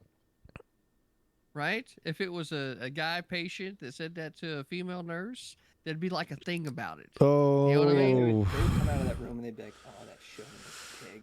Right? Oh. Right? That motherfucker, right? There are But some see, there I are just some laugh. elements, you guys, that I do agree with you guys on. Okay, I just read an article the other day. Okay, and it was here's the thing. Okay, Slow down, Jason. Jason, slow down. You're really excitable, man. I got something Like, for you you're- though. I got something Yeah, but that you guys will but appreciate. You just walked all over Glock, though, bro. But I got Glock doesn't yell. He doesn't yell, and I'm not gonna make him yell. Right? This isn't a panel, so Glock, are you good? Glock. Are you good, Glock? You gotta slow down, Jason. Right? I know you're eager. Yeah, I'm good, man. Let's just have a conversation. We don't have to bring articles and studies into it. It's just three dudes that are in their 30s to 40s talking about stuff, man. Well, I thought you guys would find this interesting though. This is why. Okay, let's hear it. I'm ready. So the article was a lesbian asked straight women how they felt about sex with a man. And all these straight women, like, and it's the framing of the article that pisses me off. And this is why I thought you guys would appreciate it. Like, the framing of the article is that every single woman was disappointed with sex with a man. And I'm like, we've gotten to a place, and this is the one thing that bothers me about the progressive left. We've gotten to a place where it's okay to just shit on men. Like, I mean, they're horrible at sex. They're horrible at everything. They're horrible at being men. They should just be effeminate. They should have no masculinity. And You know what that speaks to me? I It hate speaks to me that. of I the hate women- that. I hate that. Like, Yeah, but it speaks to me of like the women just being so toxic, right? That they just push all the men that know how to fuck away. maybe that's the case, you know? I mean, Glock, I mean, you look like the kind of guy that, you know, definitely knows how to roll in the sheets, so to speak, right? Have you ever had any complaints? I think you're muted. I have had one. and One that was- complaint. I have had one complaint, and it wasn't my fault. Mm. But there was alcohol involved, and That'll do it every time. She did not get what she wanted out of it. But it was Based. just one complaint. Just one out of, you know, like the hundreds, if not thousands, Yeah. tens of thousands of experience over Tens your of life. thousands, maybe even hundreds. Who knows? Maybe. I mean, Lord, let's just put it this way, right? If well, But that's my point, man. Like, what? insert- Like, if insert you're gonna clever metaphor here, right? if you're gonna like that's my whole point though. Like, I mean, I'm a leftist. Like economically, I believe with leftist policies. I believe with social justice. I believe with equality for all. But you know, like, I don't believe with equality for all to the extent that we need to just totally crap all over every guy because they just happen to be born a guy. I think that's the most absolutely ludicrous ideology I've ever seen, and it perpetuates very heavily through. He's sounding more and more right the more we let him talk, Locke. Yeah. Yeah. That is one area that I see, though. I mean, it's prevalent. It's very obvious. It's not hidden at all. Like, they're open to it. So are you like a closet conservative at this point? No. Are you sure? You can keep working on me, though. I'll hang out with you in your chats and we can talk about it. Yeah, I mean, like. George, what kind of wine are you drinking? Yeah. I think he's hitting the bowl right now. He's hitting the bowl right now. I owed a dab. I try not to do it on other people's streams. On my stream, I do it because I'm in Arizona. It's legal here, so like, it's no big deal here. Just like Cypress Hill has their Dr. Green Thumbs podcast, and they post it on Twitch. Like, I'm good with it, but I really try not to let people see it on their streams because, like, I know you're in North Carolina. I don't know if weed's legal there, and I don't want to mess with it. I'm actually from North Carolina, but I'm actually in Florida. But the reason why I don't, or I try not to, show that on stream has specifically to do with the fact that I understand that, like, there may be other younger people out there that might come across my behavior and then, like, think, oh, this is the cool thing to do. So then, like, right. It needs to be. That's why I do mine all mature. It's an adult decision, right? And yeah. Should I hide my tattoos, CTV? No. Why would you want to hold back, right, the art that the ladies came by to check out? I mean, yeah. Let's be real. We know why the ladies showed up. We know why. They know why too. Don't you, ladies? You get some howls in the chats from the ladies. They just wanted to see a wrestling match. If you know why CTV and Glock showed up tonight, it was for all you special ladies out there. Yeah. Yeah, you right wingers. You right wingers love the retirees. The retirees love you.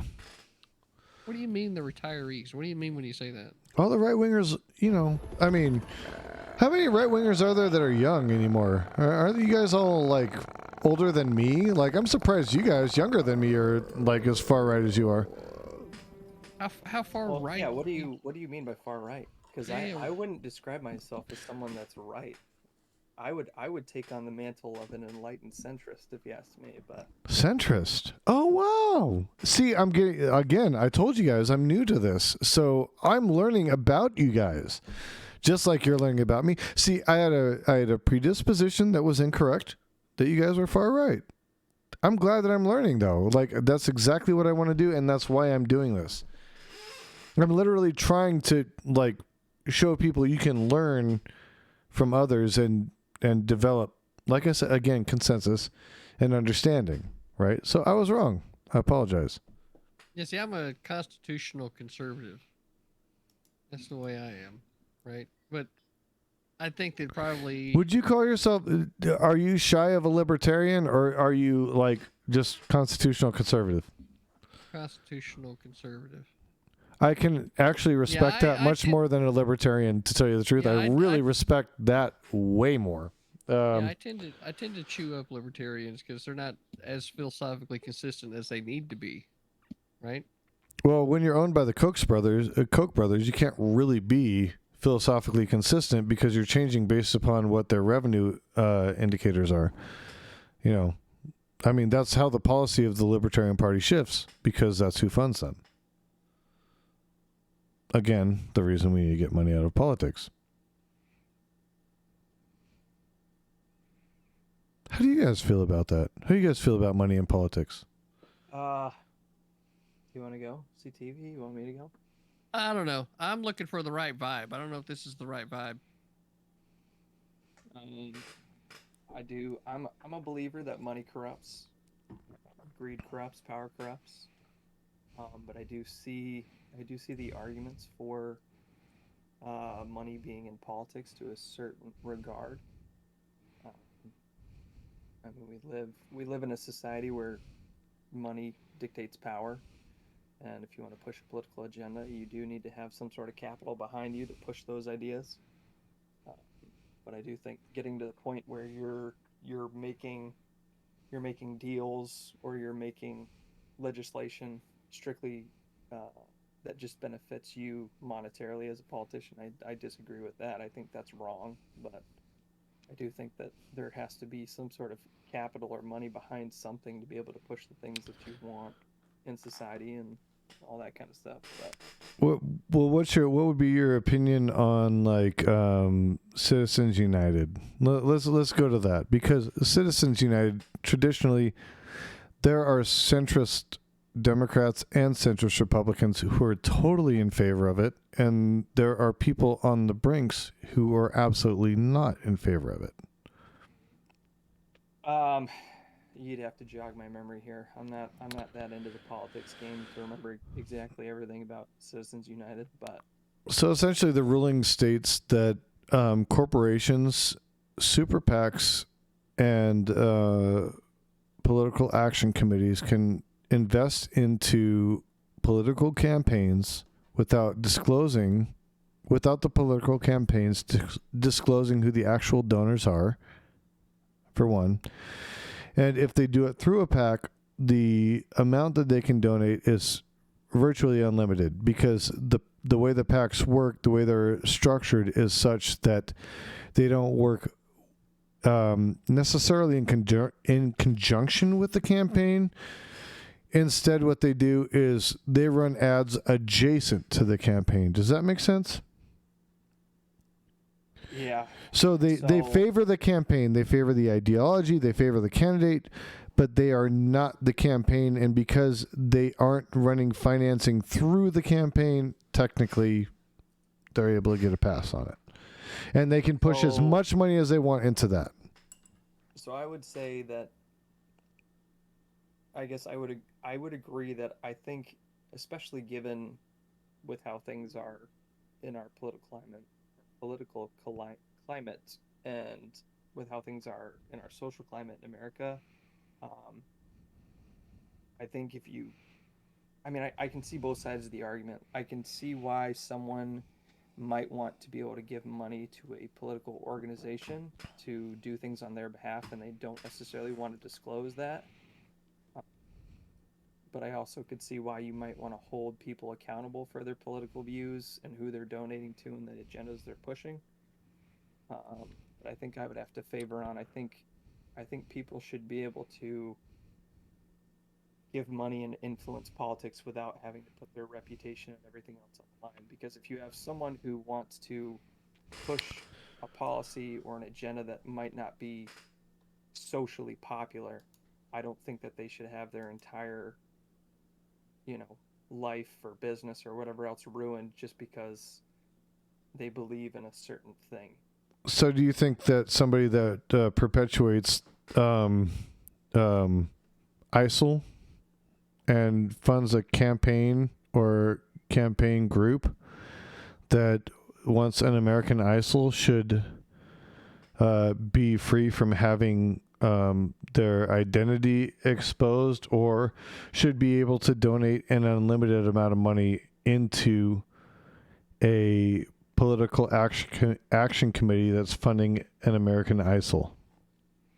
What do you mean by American ISIL? I'm not familiar with what you're saying here. I would like it much ISIL better would if be you the picked a equivalent more- to ISIS. Hold on. I think that what I would rather you do is to find like a more appropriate one, like say, like someone who wants to support the NRA, right? That's kind of an unpopular thing for a lot of people, right? They think that the NRA is a bad organization, but they want to be able to put money towards, the defending of gun rights, right? So like comparing it to a terrorist organization, right? It's just like why choose this example rather than something that is much more relevant? Well, more relevant would be, okay, an exploitative company, a company known for exploiting labor, because that's something that happens, right? Amazon, for example. Amazon just funds a bunch of politicians that will do whatever Amazon wants, and nobody ever has to know that Amazon funded those people and that they're actually working and doing the political bidding of Amazon because they receive funding from Amazon. I don't know. I like I said, I feel kind of torn because I can see both sides of the argument, and I could see why someone would want anonymity in what they're pushing, but I can also see why you'd want to hold those people accountable. Because obviously, But if you have maybe a it's not about corporation- holding those people accountable. Maybe it's about holding the politicians accountable, right? Maybe we're shifting the blame the wrong way, right? Because the politicians don't just get one donation; they get donations from several, right? And we need to know who they collectively receive money from. I don't care that they received money from Amazon, right? I don't care that this cat received money from, or that the NRA received money from one guy. What I care about is when that guy gets elected into office, who is he working for? So then I would say, I guess I would say if I would think they would need to disclose it if it's from a foreign entity or a foreign power. But if it's an American Based. citizen, I don't think they should necessarily have to disclose that. So if obviously if they're getting money from some foreign power or whatever to be like, hey, we want this agenda pushed or we want this or whatever else, like I could understand that. It's like okay, because then he's not really serving his constituents or people who want him to speak for them. He's speaking for someone that has nothing to do with his political position necessarily and who he represents. So to put it in the perspective of American politics and American institutions, if Amazon funneled $1 billion into anti-labor institutions and anti-labor practices and politicians that would facilitate that, you don't think that it should be disclosed that Amazon funded that, and the reason that people are having to wear diapers at work and not being able to have recourse is because of the politicians that were funded by Amazon? Like I said, it to me, it just seems like there's a lot of gray area. Like I don't think people should be. So Citizens United specifically revolves around corporations, okay? Not necessarily individuals. You and me, we can donate to whoever we want, right? And that's fair, right? And we should be able to, right? No matter what our political beliefs are, because our little donations, while they have influence and power, they don't have the same influence and power as a major corporation who is pushing an agenda that could be disadvantageous to the entire American populace. But So through all the you're sheer really talking money, about- all you're really through the talking about is just like reducing, corporations' ability to be seen as an individual, right? Which is I something can get behind. 100% agree. Exactly. That's what I'm talking about. You're sounding more and more conservative the more you talk. Keep going. Well, that's also a socialist idea. Corporations should not be considered an individual. And that's exactly at the root of it. And that's exactly what Citizens United does, is it makes corporations a collective individual. Even though there's mass amounts of people, mass amounts of shareholders, mass amounts of interests, they're considered collectively an individual with the same voting rights, at least as far as how they spend their money, as you or I. Is that okay? I mean, I want to say yes, but like I said, I can see both sides of it. I can understand. I don't like I said, I don't know, man. I'd have to do some more thinking about it and really like play out the idea in my head. You know what? I actually appreciate that perspective because Based. you want to think about it. And you know what? That's exactly what we should be doing, right? Like, that's cool. Like, you want to think about it and research it. Good enough. Yeah, I don't need a straight answer. Like, the fact that you care enough to like put some thought into it and like say, hey, dude, I can't say something on that right now. Based. That is so relevant and that is so important in the discourse, and that's what we need. You know what I'm saying? Yeah, I agree with you there. I think we have too many people that align themselves on one side of the aisle or the other, and then they're so set in their ways that they're not really willing to look at things critically and really tease ideas out and be like, actually, you know what, maybe if I put myself in somebody else's shoes and thought about it from their end, like, would I still feel the same way? Um, but yeah, again, but I'm the guy here who's an enlightened centrist, so I can sit on a fence and see both sides and try and weigh out which way I want to fall here. So I don't know. Like I said, I don't know a ton about it, but I think I'd have to read more into it, really think about it more to really make a definite call.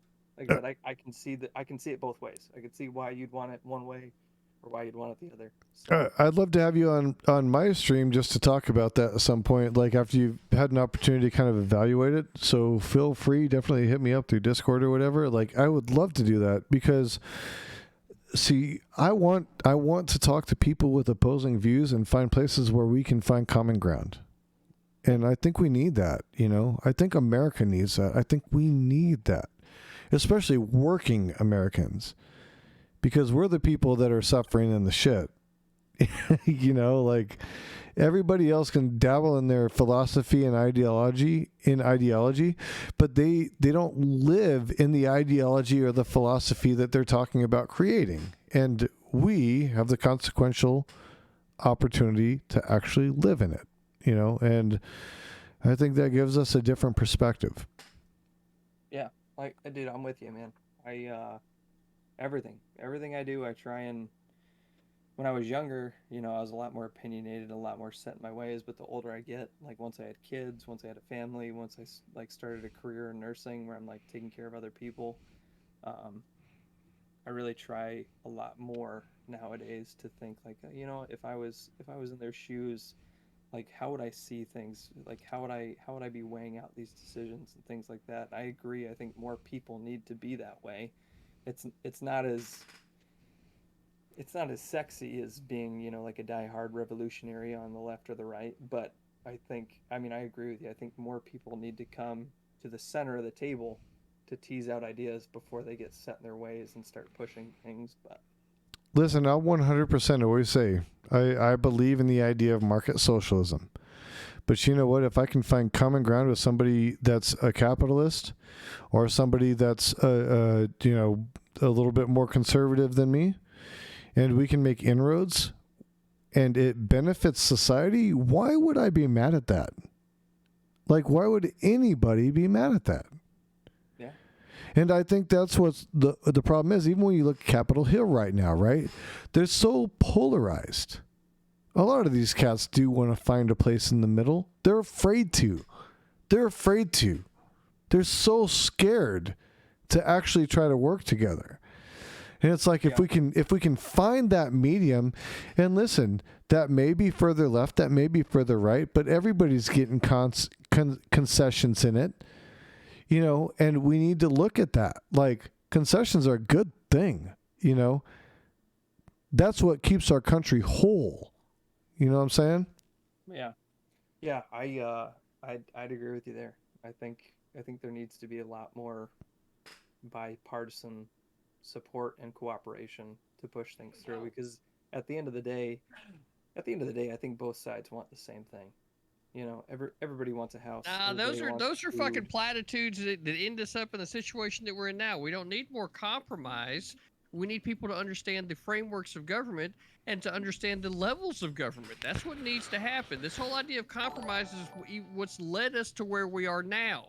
Right? There is no compromise when it comes to the federal framework versus state Thanks for the sovereignty. follow, Coherent There's not. Dreams. If you want a You completely rock. different I nation, appreciate you. right? Then go somewhere else. But this is the United States. This is exactly how the country was founded. It's the federal government is not supposed to be doing a lot of the things it is doing now, and because it's doing a lot of things it is doing now, it leads to the very problems where we are. Drug war, great fucking example. The federal government was not supposed to ever be able to violate the civil liberties with regard to substances. Specifically, we know this because of the passing of the 18th Amendment. It was later repealed by the 21st, which allowed for the creation of the Volstead Act, right? So all that went away with alcohol prohibition. The Volstead Act was dog shit. I 100% agree with you. Dog shit. Well, and it was crap. allowed Horrible it was shit. because of the passing of the 18th Amendment, right? So now what we have is prohibition of substances that frankly the federal government was never supposed to have any fucking jurisdiction in, and yet now we have this whole language of compromise supposed to be justifying these very violations of civil liberties at the federal level that was never supposed to be a part of the original framework. Fuck Nixon. That's all I gotta say about that. Because that was him. That was Nixon. Less concession, right? And more people getting a better fucking education and understanding what the framework of our government is. Hey, That right there's the fucking problem. Hey, because every time the left comes up with some kind of a fucking emotional argument, CTV. Okay, so CTV. Let's break it down then. It's every single time that the left comes over to make some emotional argument, right? They'll go to the worst of the extremes of the example, right? Say, well, we want this. We want all guns gone. It's like, well, that's not going to happen. I'm like, okay, well, can we at least get bump stocks? Can we at least get that? And then, hey, like, CTV, I am the left, and I told you to save guns. Oh my God, listen then. Right? So then it's the philosophy here, dude. Listen to philosophy, right? So every single time that there's a concession, right, that gets asked for, it's always the most extreme, right? To then, oh, well, let's back it off just a little bit. And then slowly over time, you end up with a level of erosions of rights of the individuals because of these concessions over time by fucking politicians. Fuck that shit. I need more statesmen in office that actually know what the framework is and be able to tell the fucking people to come up with these dumbass ideas to say, fuck you, that ain't what the job of the government's supposed to be. If you got a fucking problem, go fix it your fucking self. Okay. Here's how you can frame me as he likes to stream in and out of the conversation. Well, he's taking care of dogs. Yeah, I know the feeling. My dog's been whining at my door for a hot second. She just loves to sit in here. Totally off subject. Here's the thing. We have to find some kind of consensus to be able to work as a country. Like, dude, I am so far from the left of CTV. But when he talks about veterans stuff, dude, I'm 100% with him. Veterans need to be taken care of, dude. Like, I'm with him. Are you telling me that, like, we don't have a place where we can find consensus? Bernie Sanders and John McCain found consensus on the VA. Give me a break. The VA there is consensus that can be found. And that's the only way we build our country. And to your point about being inherently different. You mentioned the VA, right? So the VA is something inherently different than it comes to any other thing, right? What we're talking about here are the things that people sign up for the government to go do a thing, and then like they are left with the real fucking traumas afterwards as a result of their service. That's inherently different than someone thinking that they have a right to someone else's services from the moment of birth. Do you think that by having universal health care that necessarily means that you have a right to a specific doctor, like say Dr. Smith, that you have a specific right to his care because there's universal health care? You do understand it's an insurance system. Like, it's essentially like having an insurance, like having your insurance card. Right. So what part of what I said didn't you understand? Because a doctor can still refuse the insurance. A doctor can choose to take cash payments, bruh. So you don't think that healthcare is a right? I do think healthcare is a right, but I also think that doctors have a right to service whoever they want. You did not listen to what I just said. They can go to what I don't stop. This is my fucking house. I don't fucking stop.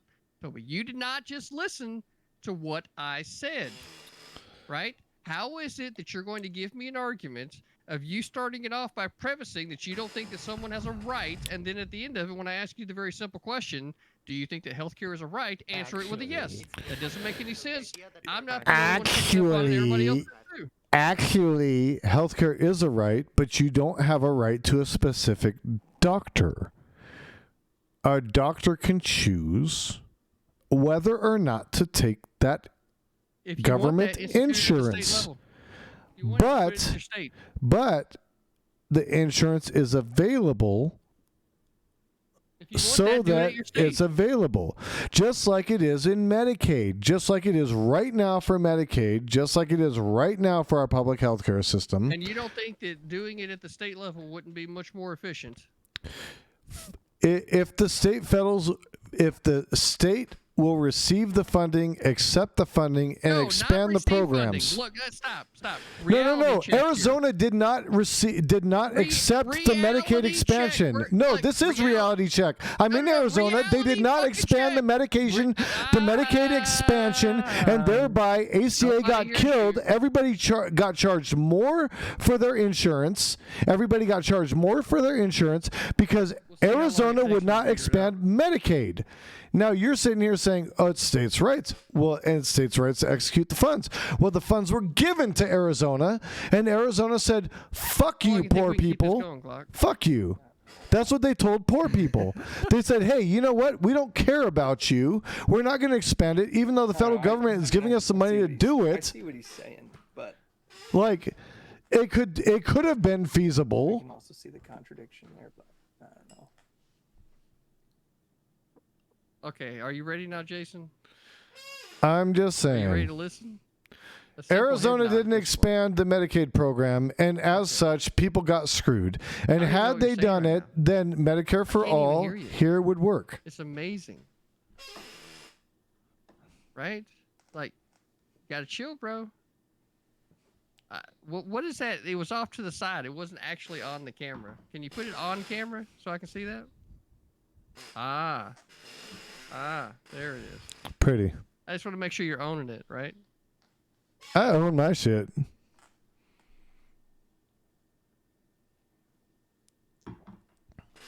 Why is it that you think? Damn it, Link.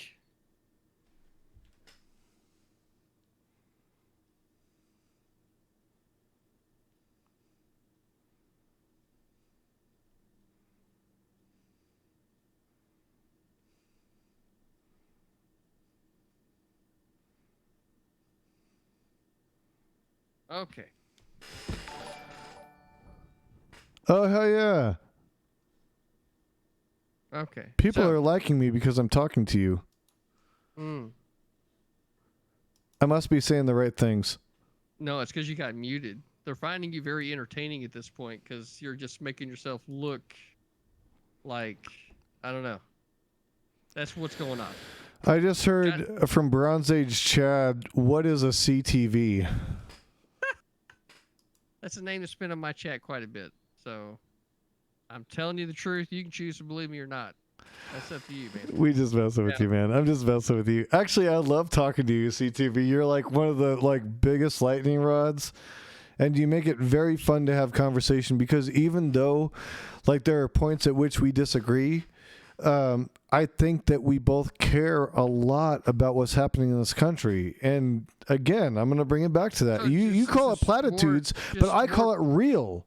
I call it real. This is called but being yeah, a I freaking find this right now to American. be a distraction from the previous conversation because I think that you knew that it was a losing one from the start. So Go ahead. Now that we're back, Go here ahead. again- Let's talk about that conversation. We Right? can bring it back there. Oh, are you going to calm down a little bit? You got to calm down, dude. This isn't a prime panel over here. It's just not. It's not a prime panel. I'm not the one that gets ran over. That this is my fucking house, right? Hey, I Same was thing. asked When to I go come to- here. when I go I to- was asked to come here Not by me, by though, my was it? viewers. Not by me, though, was it? I can Thank you leave. very much. Right? You said you wanted to come over, so you're in the Wolfston now, right? So, relax a little bit. The Wolf's Den is owned Conversation- by Tim Black, by the way, and it's Tim Black's Wolf Pack, buddy. I don't even know who that is. That's how relevant it is. Okay? You should learn. You should learn because he is Oh, you're way right. before you Twitch streamers. And that has fuck all to do with me. I mean, if you really want to go back in some history, I mean, we can go back when, wolf packs were first formed. Do you want to do that? Sigma, dog. Sigma. Oh, actually, speaking of Sigma, that's what I was going to talk to you about the CTV. Okay. What do I have to do to get the rank of Sigma Wolf in the Wolf Pack? Well, see, here's the reality, right? Okay, I'm listening.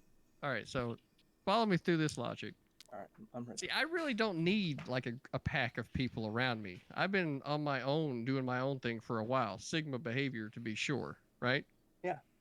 So the fact that I choose, right, to have and build a community around me is where the alpha behavior comes in. You see what I'm saying? Yeah. So Sigma Alpha is, the personality characteristics of the alpha of this wolf pack, right? Uh-huh. So like, I Bruh. haven't given much thought to like a Sigma wolf, right? Because Sigma wolves know- are socialists in Arizona. Okay, thank like, you. If Hey, I was describing Sigma wolf behavior, right, as kind of like a yes, correlation he is to just actual like wolf pack, every other Republican. He is probably a standard be most Republican. closely associated Warhawk with, like, Republican. an Omega wolf or a lone 100%. wolf, right? Mm-hmm. We do agree Yeah. on some social But I do hear policies, what you're but saying, other though, than 'cause that, it's not really a yeah, rank. None of his these things policies are ranks, garbage. right? It's more like an acknowledgement of personality. You see what I'm saying? Or association to myself. You know what I mean? Mm-hmm. He's a 'cause I do the constitutional Wolf Pup, conservative. Adolescent Wolf, Gamma Wolf, Shill. but that's like, how well do I know you? Have we had enough conversations where like it's, like you can jump in the call and I feel like it's just going to be cool versus like you're going to jump in the call and like, yeah, I know you, but like it's a bit contentious whenever you do. And like, it's just, not as good of a vibe. You know what I mean? Because we all know CTV loves his vibe. you Hey, know? NCTV, I want you to know, like, straight up, dude, I do have a lot of respect for you, and there are a lot of things that I agree with you on. Even though there are things we don't agree on, there's a lot I do agree with you on. We talked a lot about on the panels, like the role of the military and stuff like that in other senses outside of what we talked about tonight. And I was 100% in agreement with you.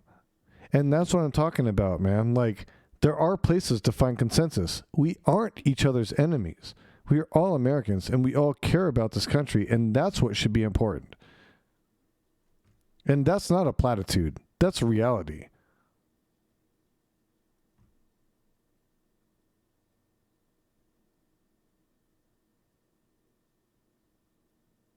I don't really know what to say after things like that.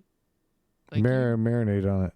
Marinate. You know what I mean? Just like you're looking for a response. I'm just like, I'm just. We should love each other, man. Like, Jesus Christ, we're Americans, dude. We have the best country in the world. And No I know doubt. that we disagree. I know that we disagree on some political avenues and political directions. But you know what? Whether or not you're conservative or you're liberal or progressive or socialist or libertarian or whatever, you know what we all aim for? We all aim to make this place better for the people. And we have a different avenue to take there. But that doesn't mean that our intent isn't good, and that we need to stop that. We need to stop villainizing each other, man. Like, it's broken everything. It's seriously broken our system. Like, of course, there's always going to be people that are exceptionally bad.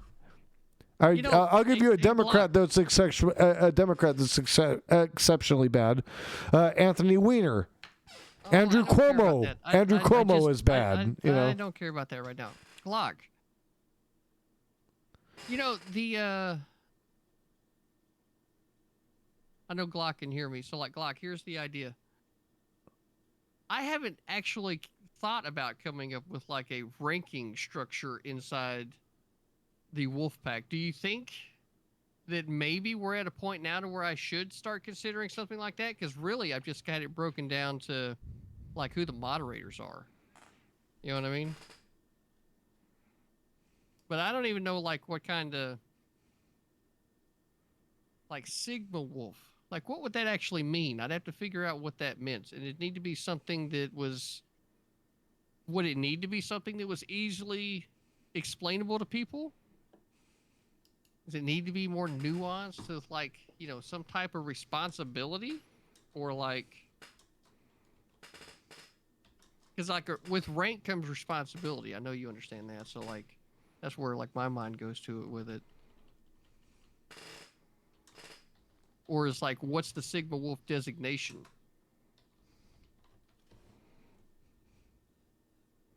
That's probably what it is. Anyway. You know what, man? I think as Americans, we love our country equally. I think we have some differences of opinions about how to get to equity for people. Mm-hmm. But you know what, man? Like a lot of the things I you just say don't think speak that the same language. You don't agree with me on our military interaction across overseas. But you know what's interesting? Actually, I'm glad that we're out of Base. Afghanistan. That's been the only thing that we've talked about specifically, right? And I agree I'm too. actually I happy really that am we're out of happy there. we're out of there. And, I mean, because if we're not going to be like owning the land, then we shouldn't be there. and I honestly think that, you know, and this is something I'll concede to a lot of Republicans. I think we did a poor job of getting out. Oh, we did an absolutely horrendous fucking job I am getting out. not pleased about that. I think been it's worse. I think it's really damaging to our country. It's damaging to our country's reputation. And if this president planned on getting reelected, he sure as hell didn't do himself any favors. He sure as hell didn't do himself any favors. I don't even know that he'd be able to like make it through a second term, man. Just gonna be honest. I'll be honest with you. I call him Commandant Lassard from Police Academy because that's what he equates to me, Commandant Lassard. And You that's the having another leftist beer, saying Glock? that. Absolutely. I'm going to get a beer. I'm having a glass of wine. I can't Yeah, what drink do you beer because I'm allergic to brewer's yeast. I'd still drink it sometimes, but What are you drinking wine wise? I drink like crappy like store brand shit. But right now I'm drinking Apothic Red, the winemaker's blend. You know, I don't know if you might be able to find it. I think you would, being in Arizona, but I drink a lot of There's- Maynard's wines too. I'm a So- big Tool fan, so I drink tons of his stuff, Caduceus Cellars, Merkins Vineyards, and all that stuff. I'm not a huge wine guy, but I did, I'll say mess around with a woman who was a big wine drinker, and I found myself to be very partial to Pinot Noirs. Me too. Those are my favorite. Have you ever had Argyle? I have not had Argyle, but there's a local winery in Oregon. I can't remember the name, but the wine itself is called Thor's Helm, Okay. and their Pinot Noir is like delicious. Like I've downed an entire bottle in one night, like very quickly, because it just tastes so good. I need to add you to my Discord so you can put that in my food and wine chat. I do have a whole food and wine chat because I'm trying to develop a list of enough wines so that I could do a stream where I just do nothing but review wines that people like submit. Well, I tell you And what, that's you probably- straight up what I want to do. Because We've got that in the Infinity Acre Wood, bro. oh yeah, maybe I'll go dude, peek around. Like, yeah, this Discord is fucking huge. I did notice lot that of- you got a lot of channels, man. Like it's cool. It's cool. There's a lot of different things to jump in. You got a coffee club stream. And the Glock House. Don't forget about the Glock House. Jump into the Glock House so you can see me working out shirtless. Yeah. Hell yeah. Get your buff on. See, I'm so glad I got to chat love with you it. It's- guys. Like, we don't have, like, even though it can get a little spicy, dude, I love talking to you guys. I have no Yeah, problem talking to you. The lady's dream around here, right, is to get CTV and Glockosaurus on a Speedo stream. That's their dream. Oh, you know what? Nataby sent me your Speedo picture, and I promise you it will never be erased from my memory. I tried very hard to erase it from my memory. I'm still trying right now. It's not working. What are Damn you it. drinking, CTV? Oh, just Coors Light. Hey, there you go, brother. Yeah. The mountain's blue. If the mountain's blue, it's good to go. Oh. That I was put it in the Yeti. so all my homies in my band were from Colorado. Like my guitarist and my bassist were brothers from Colorado. And Coors Light was the beer, dude. We go through like 2 30-packs of practice. Yeah, like and about a half ounce of weed too, but that's another story. So Coors Light was the jam, dude. I drank Coors Light till the rails fell off, dude. I loved Coors Light. So, I heard you while I was taking a piss, but I couldn't respond because the mic I use is like a desktop mic. But I understand. So, It's my because we know the ladies enjoy, right, the deep, tones of our voices. That's why we make sure we have the better quality mics instead of like the Yeah, so you headset can mics, right? yeah, you want to talk like convey Isaac Hayes. like reality. Yeah. Anyway, go ahead. So I would say we would consider ourselves on equal footing, right? Of course. But you're still, the leader of the CTV pack. But you would have individuals that you would consider to be equals to you, but not necessarily integrated into the pack hierarchy. Is there really a pack hierarchy though? I mean, I'd say there is to an extent. I mean, you have your outliers, right? Your bigger personalities and things like that. But you have your people who definitely Who's your tune beta in and mouse? listen because they want to. What did he say? Beta mouse. I don't know about that, but I don't know about that either. No, I mean, there's a so guy. you- There's a guy on YouTube that always says that, and Jason Lee he blows Peterson. out his mic the same way. It's a. I'm sorry. It was a joke, and I wasn't trying to be obnoxious. It was a joke. Apologies. yeah, right. So you have your people that tune in, that watch, right? That tune in to see you, and they turn to you for your views on things and whatever, right? Wait, they actually fucking come here for that shit? Oh yeah. I thought think it was so. just for my handsomely devilish good looks. Well, listen, there's definitely that plays into it. That for sure that plays into it. Well, Nada B says it's because you're like a cartoon, but I'd go with that. Sounds like they're watching a lot of what is that, Hentai? Anisha? Hentai? We watch a lot of There hentai. you go. Yeah, that's You what like they sound tentacle like. They're porn too? correlating. Oh wow, witches and tentacles! Don't get me started. It's all the good fun. Look at him! Look That's at the him! good fun. Ah! Self-report right there. I got no shame. Yorosoka Doji and Yorosoka Doji 2 are some of the best, finest cinemas I've ever seen. I have no idea what he's even talking about right now. Yorosoka Doji. Involves drawn tentacles penetrating orifices, which I'm not about. But How did we get on hentai porn? How did we get on hentai porn? Well, yeah, anyway. someone in your chat said I look like a cartoon, right? So there's the correlation. There it is. Clearly sexualizing the image of CTV. It's obvious. You look great in a Speedo, man. Thank you. You wear it well. Appreciate that. A lot of us couldn't pull it off. It's all about confidence at the end of the day. Well, no, I just don't have the I was tan. just I'm about to too say that. white and stretch marked. listen, it doesn't matter, man. It's all about getting out there on your pontoon boat with your cigar and your stereo and just being like, hey, this is me. Follow the energy. That sounds like a very Eastern philosophy kind of vibe. I'm looking for Taoist. That sounds like a very Taoist kind of vibe. There's a whole philosophy in Taoism that's like don't guide the river, be the river. You know, like you shouldn't be the guy like steering the boat.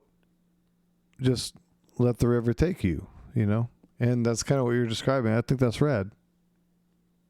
Can your streams get taken down, CT, for copyright reasons? Like if you play copyrighted music?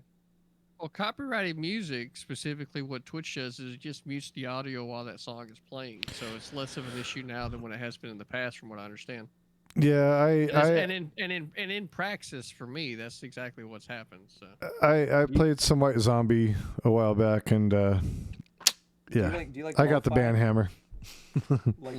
lo-fi kind of beats at all? Oh hell yeah, hell yeah, good vibes. Yeah, that's We got chill. That's why lo-fi. I'm studying for college and shit. So I just had had here, a weekend with some friends up at a cabin, and we all got hammered hanging out by the lake. okay, And we were listening to just lo-fi beats talking about life and shit, and I found a ton of music that's like just chill. Like it's the kind of shit that you just crack a beer or you fucking smoke up and you just chill and you just listen to. But anyway, I'll share it with you. If you like it, cool. If not, No big deal. You know, it's funny. Like, you know, your stream title right now. There's a difference between yours and mine. Did you know that? See, on mine it says Glockosaurus and CTV talking with Jason Society, but on yours it says CTV discussion 2 versus 1. Somebody's trying to. Oh, then who sets that? Who sets that? If not you, then who? Uh huh. Why am I not talking to you about this? Are you not the streamer? Yeah, but you CTV, understand. But you CTV, we live in a society. That's what he'll Oh. say. We live in a Oh, society. right. We live in a society, right? So then that's where specifically, right, the message of your stream title is antithetical to the arguments you've been making, right? If we're not trying to be a versus here, right, then why does the stream title say versus? Bro, Hmm. Mike, why does this stream's title say CTV. versus? I originally put conversation with CTV. Check your DMs. So, Play the song. Let's Checking see what the people think. see what the people think. Okay. There's no video, y'all. It's just the song. So here we go. Jesus, that shit's loud as fuck. I don't hear nothing. He says it's a clickbait title for the stream. So, you know, he's just trying to get follows. We're low on the list, bro. You got what, like 8,000 million followers or some shit? 8,000 million? Yeah, I'm making up numbers, okay? So, how much research did you do into CTV before you came over here into the Wolf's Den? Did you really know what you were getting yourself into? Bro, yes. You see how I got to ask these questions? Though. I knew. Come on, I'm a leftist dropping into your podcast. Bro, I've watched you on Hippy Dippy so many times, I can't even fucking count. And you just got me to drop the F-bomb, which means I have to do another dab. God damn, I hate you. I've been trying not to drop the F-bomb because of that. Yeah, I don't even really care about the F-bomb. Just please don't say GD. I really don't like that in here. I'm sorry about that. I don't mean to offend your religion. If you're a religious person, I absolutely respect it, even as an atheist. Okay, like I want you guys to be happy and fulfilled, and what makes you fulfilled makes me fulfilled. Yeah, I really, I even don't even like all that. Like, that's just, you know, no worries. It's just something I don't enjoy. Trying to play this song. What? How do I control the sound on this website? Because this is ridiculously loud while it's playing.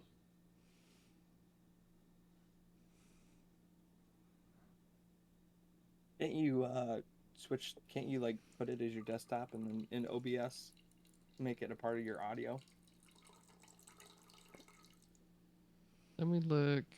I mean, you could do the same like when you watch a video on stream. Sound. You know what I mean? Sound. Here's sound. App volume and device preferences. We're just going to control it at Google Chrome. Let's do that. Is that doing it?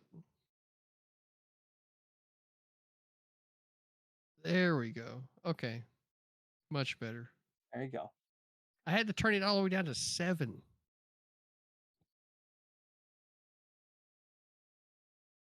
All right, now I got it at 15. 15, and it's right where it needs to be. So, like, the original quality is a little loud. But I'm liking the vibe. Dude, so like music like this, me and my buddy, because obviously everybody else went to bed. It was me and my buddy from the army. We were still awake, just sitting at the edge of the lake, just talking about all kinds of shit. Are you guys hearing the music? I don't hear shit. Stuff like this playing. Right? It was the vibe. It was the vibe. I'm not on his stream I'm sharing though it right in the now. Discord now. So if you guys want to click on it, you can hear it with me. Okay. Alesto, I don't have the time to produce, man. I would if I could, but I don't got that kind of time.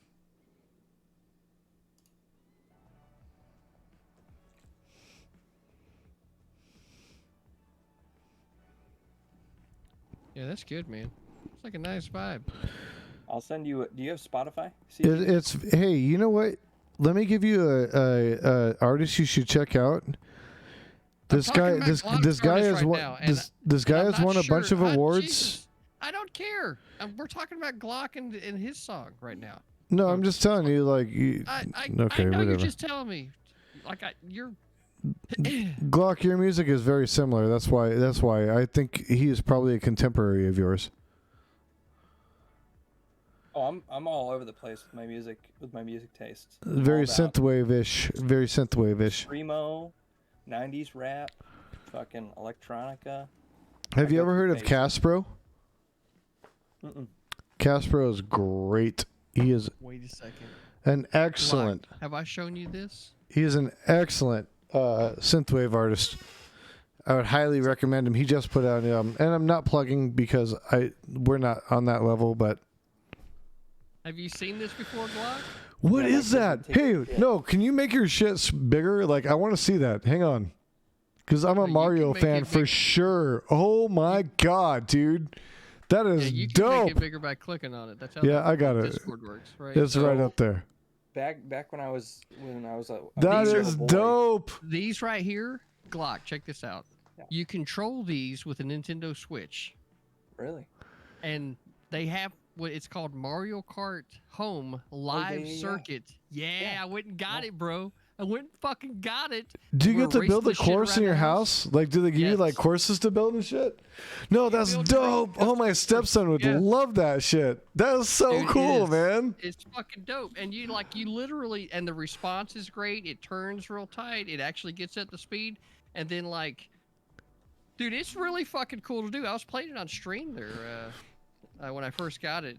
And I'm trying to set it up probably Hey, this duty, weekend honey, for I'm me sorry, and my that's wife just to you. do Like, some it's still streaming together running. on it. I'm gonna send you a playlist on Spotify. That's so good. CTV. It's, Yeah, I gotta- It's full. It's full of shit, like the stuff that's playing right now. But, Okay. but yeah, if you're ever looking something for just to chill out, man, with some easy vibes, I add music to it all the time, man. Awesome. I've been so I- sketchy about I'll go what out- kind of music to add, like, to I'll my go out streams. into my fucking garage, because that's like my garage is like my mecca. Like I turn my garage into a gym. Right. So that's where like I go to chill. And so when I'm not on my computer, obviously, I'll go out into my garage. Like if I've had a long day at work or shit's just getting stressful, and I'll just hook up this playlist to my speakers I have out there, and I'll just chill in my little camping chair and have a few beers and just fucking jam out to music, man. That's a little bit of Yeah. paradise right there, dude. That's a little bit of paradise. That's beautiful. Yeah, man. I like it. You can't be mad at that. Yeah, I haven't used Spotify much. I'm finding that it's something that I probably need to be looking into, but it's just not something that I've done a lot of. So for you, I will learn Spotify and start making more use of it. Oh, I mean, Spotify is I- great. It's a really good. It's a really good facility for music.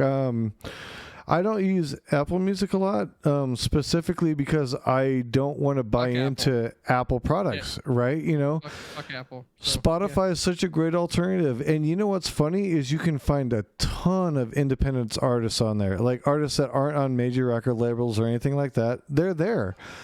And that's what's cool about it to me, because if you truly want to inspire entrepreneurship, it's going to happen at a place like that. And as a musician, you know, that's what I wish that was there and available to me, because printing CDs and records is expensive as hell, dude. It costs a lot of money for the band, and they make very, very, very little off of it, you know, in retrospect. I'm sure you know that as a drummer too. Mm-hmm.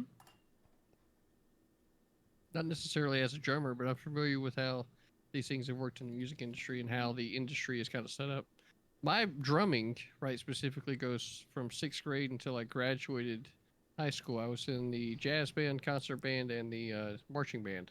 Oh, you weren't in the industry. And that's not saying anything, because Tommy Lee couldn't hang in a marching band, okay?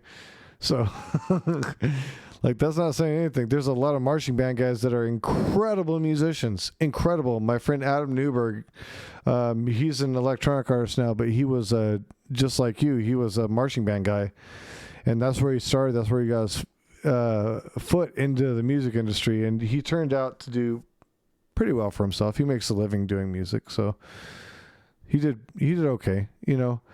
And I'm not plugging people. This is just anecdotal people I know, you know. But I don't know. That's rad. That's rad. That's great. I love hearing people put out music. And Glock, your music is joint, dude. We should listen to more. Yeah, I would do it right now. Actually, hold on. I can do something right now. Let's do it right now. Let's just listen to it in the background. Why not? What if I share it on stream in the here? Then when I change my window over for me to be able to see chat, then like everything comes up, and it comes up here instead of it just being the. It's just a Discord overlay. Now we can switch over to the whereby, and then it wouldn't be a problem. But I got some music played. And Glock, let's see. Open the DM back up. You could also yeah, okay. I got it on there, bro. You could also listen to some Jason Society if you like metal.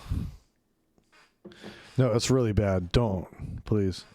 If anything, you'll embarrass the shit out of me. You gotta be a part of the pack before you get to start making important recommendations like music, right, Glock? Yeah, you gotta earn your spot around here. I don't know what you're thinking. Just trying to make recommendations on day one. Come on now. Hey, you gotta be that Sigma Wolf level. If I'm the Sigma Wolf, that means that I can't be a part of the pack. You gotta understand that Sigma Wolves aren't a part of the pack. Well, are you trying to make up rules for something that ain't even yours now? How the fuck does that work? I'm part of Tim Black's wolf pack. I'm sorry. Then you can carry your ass on over there. How's that? He just won't have me yet. I'm working on the melanin thing. So, Glock, how have you been, man? You know, before this weekend, when I went on a trip with all my buddies and their wives and girlfriends and whatnot, it was pretty stressful for about a week and a half.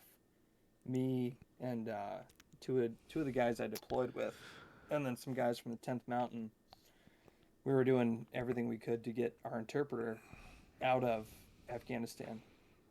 And I was having a hard time with it because every time we'd get some like credible intel to pass along to him, like, hey, be at this place at this time and they'll get you to the fucking airfield.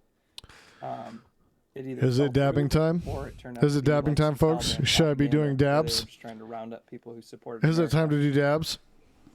And then Friday night, about 7 o'clock, I got the phone call from my buddy that he was able to make it to a location where they were able to get him in some transport. Follow me, I'll do a dab for you. Able to make it out. So that took like huge weight off my shoulders, knowing that him and his wife and kids made it out safe. But other than that, man, I've been doing good. After that weight was lifted, had a good, fun, enjoyable weekend. Some vacation that I definitely needed, and now it's just back to the everyday shit of taking care of fucking sick and dying people and getting the kids to school and fucking being a dad and making dinner and cleaning up the house and all that bullshit. So I'm in good, man. That's the good life right there, brother. That's the good life. Being a centrist. I'm glad to hear that everything got worked out with your buddy, man. I mean, I could definitely, while I haven't ever been in that situation myself, I can definitely understand the real close bond that you end up forming with an interpreter, because your life literally depends on the accuracy of the translation and your ability to be able to trust that person. So I can get that. I'm actually questioning how you feel about Biden's pullout. Jason, sorry. Slow down. This is where the focus kind of shifts a little bit, because I did ask Glock a specific question, right? So. No, he was a solid dude. I mean, not only was he a fucking awesome interpreter, but like every night when we were in country, we had the fucking I forget what it's called. I think it's called ICOM, but basically it was like a radio that would pick up local cell phone signals and like radio traffic. And he would sit in the towers, the guard towers with us, and he would stay up all night just listening to try and get intel on like where IEDs were, or if they were planning ambushes or fucking caches, things like that. And I mean, he didn't have to do that, and he would stay up to do that. Um, Hey, we're Another- welcoming in. We're welcoming in some fellow wolves right now, Glock. We've got Lucas Bastillo, right, coming in with a party of 5 or There you 7. go. Yeah, coming in with a raid, right? So welcome in, Lucas. Right? We definitely appreciate the raid. And sorry to interrupt you, brother, but I just wanted to call that out real quick. No, you're good, man. Well, But you yeah, I guys mean, like, wanted this like he big went battle above royale, and but beyond I was to trying to do tell you before, whatever man. he had Like, to make sure we were I'm all safe. about And, finding common ground with people, like, even though I'm one a time we had a socialist. vehicle, we had an Like, MRAP we still have to that work with rolled people that into a aren't wadi socialists. off the Like, side of the road, we have to and the find common driver ground, and that's the most was- important part. still strapped in and whatnot, and like he got to the driver first and like got all of his shit off him and got him out of the truck before this dude drowned. So I mean, it like he went above and beyond what I would think an interpreter's, job title would be, to like make sure we were safe and taken care of. And it's like I said, I mean, if anybody deserves a spot to be over here in the States, I mean, he definitely earned it. And so when I got the phone call from my buddy that he was like, hey man, he made it, like he's good, he's at the airfield, he's getting processed, like I was in the middle of Walmart picking up shit for the fucking cabin trip, and like I was like almost in tears. Yeah, I can imagine how that hit you pretty hard, man. Yeah, like I Yeah. had to take a minute. I had to sit down on those benches by the pharmacy and just kind of like process it, because it was like fuck, like he made it, like everything's good. Like I don't know, it was good, man. It was like I said, it was a huge weight off my shoulders. Yeah. It felt good. I'm glad that all worked out, man. Really, I mean, as shitty as a fucking operation that's been going on over there, at least there's at least one, No, man, each and every one of those one guys that good can get thing that out. came out of it. At least Yep. one good fucking story that Yep. I can hear from the bullshit of this administration's fucking response to like the idea of coming out. It's Each, yeah. each and every one of those guys that can get out should get out. And you know what? If they help the people in our country, if they helped our military, they should definitely become citizens. They earned it.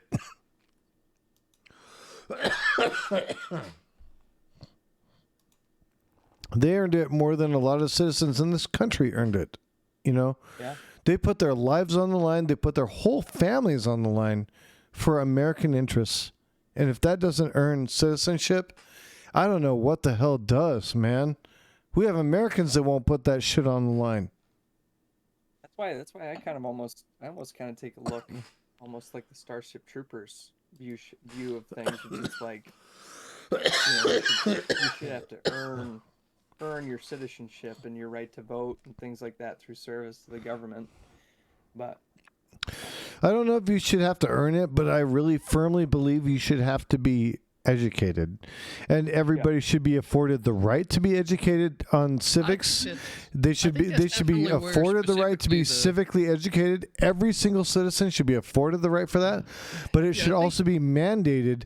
Like, dude, if you want to vote, you need to know what the hell you're voting for. And I'm not about means testing for voting, but at the same time, I think providing a clean education on civics, whether you're far right or far left, like that's a rational point. Everybody wants that. So what you're talking about here, like, I think it's not a bad. I think it's probably where, with regard to the right to vote, that I feel like that's probably where the middle ground is not necessarily citizenship, but like the right to vote. Because if you serve in the government, you will see through your service how inefficient the government actually fucking is. yeah, Right? like why it takes so fucking long to get anything done, like all the fucking red tape, blah blah blah, fucking blah, and then like the cost of everything, right? And then like through the real world experience of like this is what happens when government does a thing versus like a private organization doing things. You have the real world experience and knowledge of like why the government doing a thing is not the fucking best idea versus other entities doing it themselves. You know what I mean? Right. Yeah, I mean, we can see how that plays out. Like, do I think the federal government can accomplish things like successfully? Yes, but unfortunately, the government that we have and with how things are, like most of the time, something that starts off as a good idea or a good intention gets lost in all the bureaucracy and all the bipartisanship, and then it ends up fucking turning into something that it never was originally supposed to be. Yeah. But, no, I'm with you. I that's one point that I definitely firmly agree with you on. Even as a I definitely socialist, believe let me. more in statesmanship than fucking like a federalist view of things. Like with this whole thing with Texas, like personally, I guess I'd say I'm pro-choice. Like I don't necessarily believe in abortion for like religious reasons, but do I think someone's like ability to obtain that service should be restricted by the government? No. But if you have one state out of the 50 that say, hey, we don't want this in our state, I think that state should be allowed to say that. I think that state should be able to say, hey, if people in this, United States that we have believe this value, I think this should be like a safe haven for them to have these beliefs or these values. Should ISIS be able to set up a caliphate in our country? If it's voted for, if it's voted and elected for? The thing is that goes against, I would say, like our core American principles. Okay, so why doesn't anti-abortion bills go against our core American our ideologies? Let me ask you especially this when it comes to liberty, because liberty says that we should not be forced into conscription. Trust me, we're all aware of what liberty says. So the question that I have for you is, right, is what is abortion? Oh boy. Abortion is the dissolution of a pregnancy. Right. It's a medical procedure, right?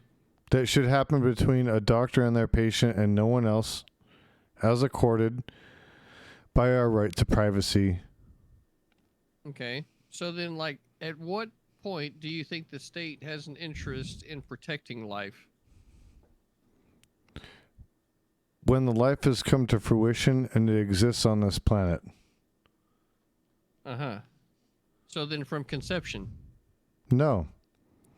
When it's come to fruition, it hasn't come to fruition until it actually comes out of the womb. It is still an interjectionate part of the body. Slow down, prior to that. Mr. Wine Drinker. Slow down, Mr. Wine Drinker, right? Maybe you should be drinking beer instead of wine. So when you say fruition, right? That word, let's look up a definition of that word, right? Fruition definition. Sorry, all my fans of Deb. Give me a second. Realization of, well, let's make sure we go to Merriam-Webster. I'm using Merriam-Webster block for all of my definitions for everything, right? I'm just staying consistent, right? Got to stay consistent, right? I mean, they've been doing this since 1828, right? So, fruition, a pleasurable use or possession. Whoa, that sounds a little naughty. No, the state of bearing fruit. Naughty, right? Naughty. Mm. So, like, for me, right, the state of bearing fruit, right? Like, here is the, like the old saying, the fruit of my loins, right? By what you said, when it comes to fruition, that would in fact be conception, right? It wouldn't be being born into the womb, because in reality, we are all, like, our birthday on the day that we come out, we are that day plus 9 months or however long we were. We can argue semantics all you want, but we're talking about when the life is viable. I'm just I'm not really arguing semantics, more so as pointing out the philosophical inconsistency in the language that you chose to use. You're responsible for your own words, right? I will accept that I misspoke. I will not accept that my philosophy differs originally. And here is why. Because even in the libertarian definition of why abortion should be legal, it involves the idea that conscription of the body is anti-constitutional, is antithetical to the Constitution, because you are conscripting the body to be nothing more than an incubator for another body. That in and of itself By choice. is slavery. No, it's not, because if somebody chooses to extinguish that life before that life is viable outside of the womb, right? It's slavery. Now, you could make the argument from a libertarian argument that if the body is viable outside of the womb, you asked me to say this. You just said something that doesn't make any fucking sense. Any sense at all. How are you going to correlate this to slavery whenever there was a choice at the start? Because if there was rape... Rape isn't a choice. You're right. Molestation isn't a choice. You're right. So you're taking the most extremes to this somebody poking a hole in a condom isn't a choice. Fucking stop. So this is where we're going to keep the conversation, right, to non-rape. And there was a choice ahead of time, because there's no way it's slavery, right, whenever someone makes a choice. Glock, go ahead. I know you've been waiting. And I think you muted, brother. Okay, so Jason, what if they made it that abortion across all 50 states was legal up until 19 weeks? After 19 weeks, no abortions. Am I the woman carrying the baby? No, we're not getting into that. Well, then I don't care. Because you're obviously not a woman who can carry a child. Wait, so then I you don't care. Then I don't care. Because I'm not carrying it. I don't carry it. I don't carry the child. So there's no point. I'm making the libertarian argument to favor you guys. Make any argument because you don't fucking care. I don't care. I don't care. Right, if it's care. the woman, if it's the woman's choice, it's a woman's choice. I don't care. You know what? You know what? It's not my choice. I'm not the person. I'm not the person carrying the baby. I'm not the person burdened with 9 months of pain, suffering, back pain, swollen feet, possibly fevers, possibly throwing up every morning. Like, I'm not the one that has lupus that doesn't know if I'm going to be able to carry this baby or die in the process. No, I'm not the one. So you know what? It's not my choice, which is why I'm pro-choice. Jason, let me throw a hypothetical out then. Okay? Are you married? No. Do you have children? Yes. Okay. So let's say you and your wife or your girlfriend, right? You're in a committed relationship, everything's steady, and you say, hey, you know what, babe? Let's have kids. And she's like, yeah, let's have children, right? You both are like, yep, let's have kids. You have sex. She gets pregnant. She gets up until 41 weeks. She's supposed to birth this child in a week, right? And you both went into it saying, yep, we want this child. We consented. We got pregnant. Everything was fine. And then at 41 weeks, she was like, you know what? I don't want to have this kid anymore. You think that she should just be able to abort the child at 41 weeks, even though you both went into it saying, yes, we want this child? Do you want it, but she doesn't? Do you want my moral or my governmental perspective? I don't give a shit about moral or governmental. I'm saying you as a person. From my moral perspective, it would hurt me. It would be devastating. It'd be the most horrible thing that could ever happen on the planet. From the perspective of the government doesn't have a role and doesn't have a place to say a goddamn thing. And so from that perspective, I don't care. So that's the difference, though. I'm talking about you and this person that went into a mutual agreement that, yes, we want to have this child. Of course it would hurt. It would be devastating. It would be the worst freaking pain on the planet, man. Jason, answer the question. I'm telling you, it'd be the worst pain on the planet. Answer the question. I just answered it. It'd be the worst pain on the planet. You did not answer the question. You didn't answer the question. He said, would I be okay with the abortion? You did not. answer the question. Unfortunately, yes, I'd have to be okay. Unfortunately, yes, because you know what? It's ultimately up to the woman. I would be devastated emotionally. It would wreck me. I would cry. I would probably might commit suicide if that were to happen. Okay, if I were in that circumstance at that time, that is not where I'm at now. So please don't take that as a TOS. Let's not be bringing up Okay, suicide. but Let's I'm saying, no, absolutely. Would I ever want that? No, no, no, no.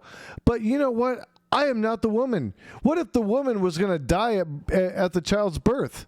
Who do you pick? Going to the extreme. You're going to the extreme. You're going to the same extreme. 41 weeks. That's the extreme, bro. That's the extreme. It's as much as the extreme for the woman as it is for the child. What I'm saying is if you both went into it saying we want a child, she got pregnant, and then at the very last second she changed her mind and was like, nope, I want to kill this thing. You don't think that you have any right as a father to be like, no, you can wait another week and have this child and I will take it. And you don't have to have any ties to this thing. The courts in Arizona said absolutely not. So, yes, I'm going to say no. I have no say. Okay. I have no say. I have no opinion or no. That's fine. We disagree. Do I think abortion should be legal for rape victims and incest? For sure, right? Because that's a total extreme, right? If it came down to abortion should be available for anybody. What if you're a trans man that gets raped by a guy? What if you're a trans man that gets raped by a guy? Circumstances, whether it's rape or incest or whatever fucking crazy far example that makes up a minute percentage of actual abortions, then yes, I would agree with you totally 100%. But I do not believe that if two consenting adults go into an agreement that we want to have a child, that one person can suddenly then be like, nah, you know what, I changed my mind. I don't want to have this thing anymore. So just fucking dismember it and get it out of me. It's not my choice, man. It's not my choice. You can keep saying that. Okay, you can keep saying. But I mean, I don't know how else to tell. I don't know what else to say to you because it's an existential question. It has no bearing. Like the government should have no role in that, just like it has no role in or not whether or not you shoot up heroin. I don't think the government should have a role in whether or not you shoot up heroin. Just like I don't think it should have a role in whether or not you choose whether or not to have a child. I don't think your government should have any role in what you do with your body. None. Zero. Right? That's it. Zero. I'm glad. Net zero. I'm glad. You know what? At least we can, especially at the federal level, we can definitely agree, right? So then, like, there should be no reason at all for you to be advocating for health care, right, for a damn thing, because guess what? The government doesn't need to be involved. No. What I said is you shouldn't be conscripted to health care. You should be able to have health care available to you. That's different. You don't have to go get health care. You can choose whether or not to go get health care. So but if it's available to you, at least if you're sick, you know that you're not going to freaking die. That's a common sense thing. Come on, man. I thought you were better than that. You're the wolf pack.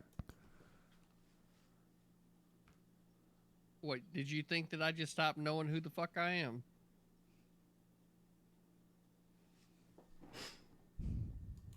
For a moment, man. Come on. Come on, dude. Like you asked me a stupid question. You knew exactly what the answer was going to be. Mm-hmm. And you're better than that. You ask better questions. I've heard your rhetoric. You're way better than that. Mm-hmm. So exactly why is it that you think that in this one instance that you don't feel like you have any say at all, which is what you said, right? And you defended it along the lines of you don't want the government to be involved at all, that you think that it's still philosophically consistent for you to be advocating for government and healthcare whenever you don't think that the government needs to be involved in healthcare. The government doesn't have to make the choice for you. The government can be there to facilitate your needs, though. Just like you go to McDonald's and McDonald's doesn't mandate that you order a quarter pounder with cheese. You don't have to have the quarter pounder with cheese.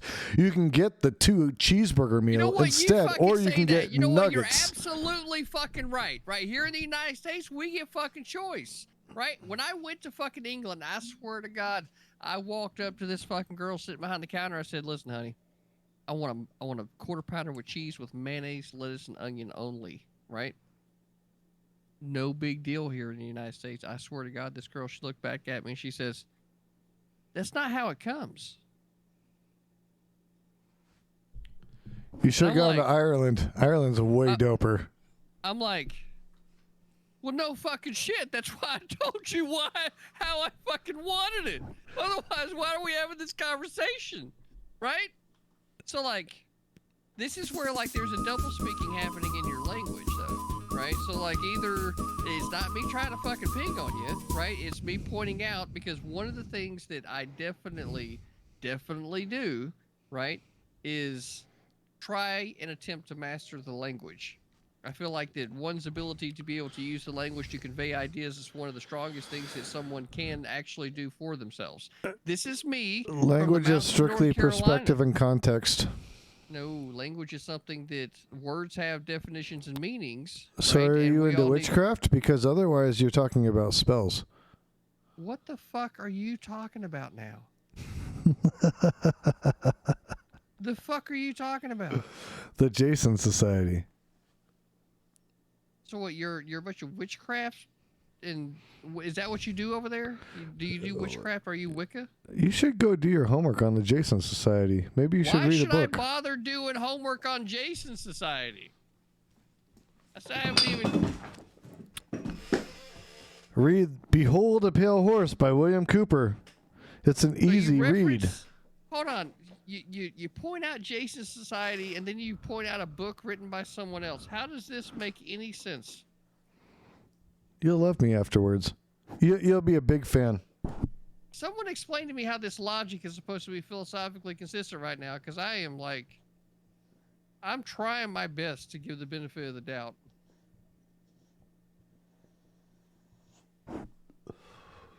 Sorry, dude. I'm trolling. No, I used to be big into conspiracy theories. It's all bullshit, by the way. Well, I tell you what, man. Let's do All this, of it's right? bullshit. Let's do this. But let's talk about what we were talking about, which was much more relevant. No. I think we're at the point where I would like to have a future conversation with you sober. Okay? Can we do that? You can have a lot of conversations with me. Okay, so we'll plan a future conversation with you sober, right? So that maybe we can get a little bit more philosophical consistency, and there's not any of the like alcohol affecting your thinking, especially considering the conversation is staying along the lines of political ideology. And I definitely don't like to be in a position where like I could be potentially taking advantage of somebody because of the state of the inebriation that they are currently in. So, Oh, brother, you're weak. But it's okay. We'll check you out. We'll check you out. We can come together on the Wolf Den again. That's perfectly fine. I'll be happy to engage with you. cool. That sounds awesome, bro. I'll catch you later next time, Jason. Peace.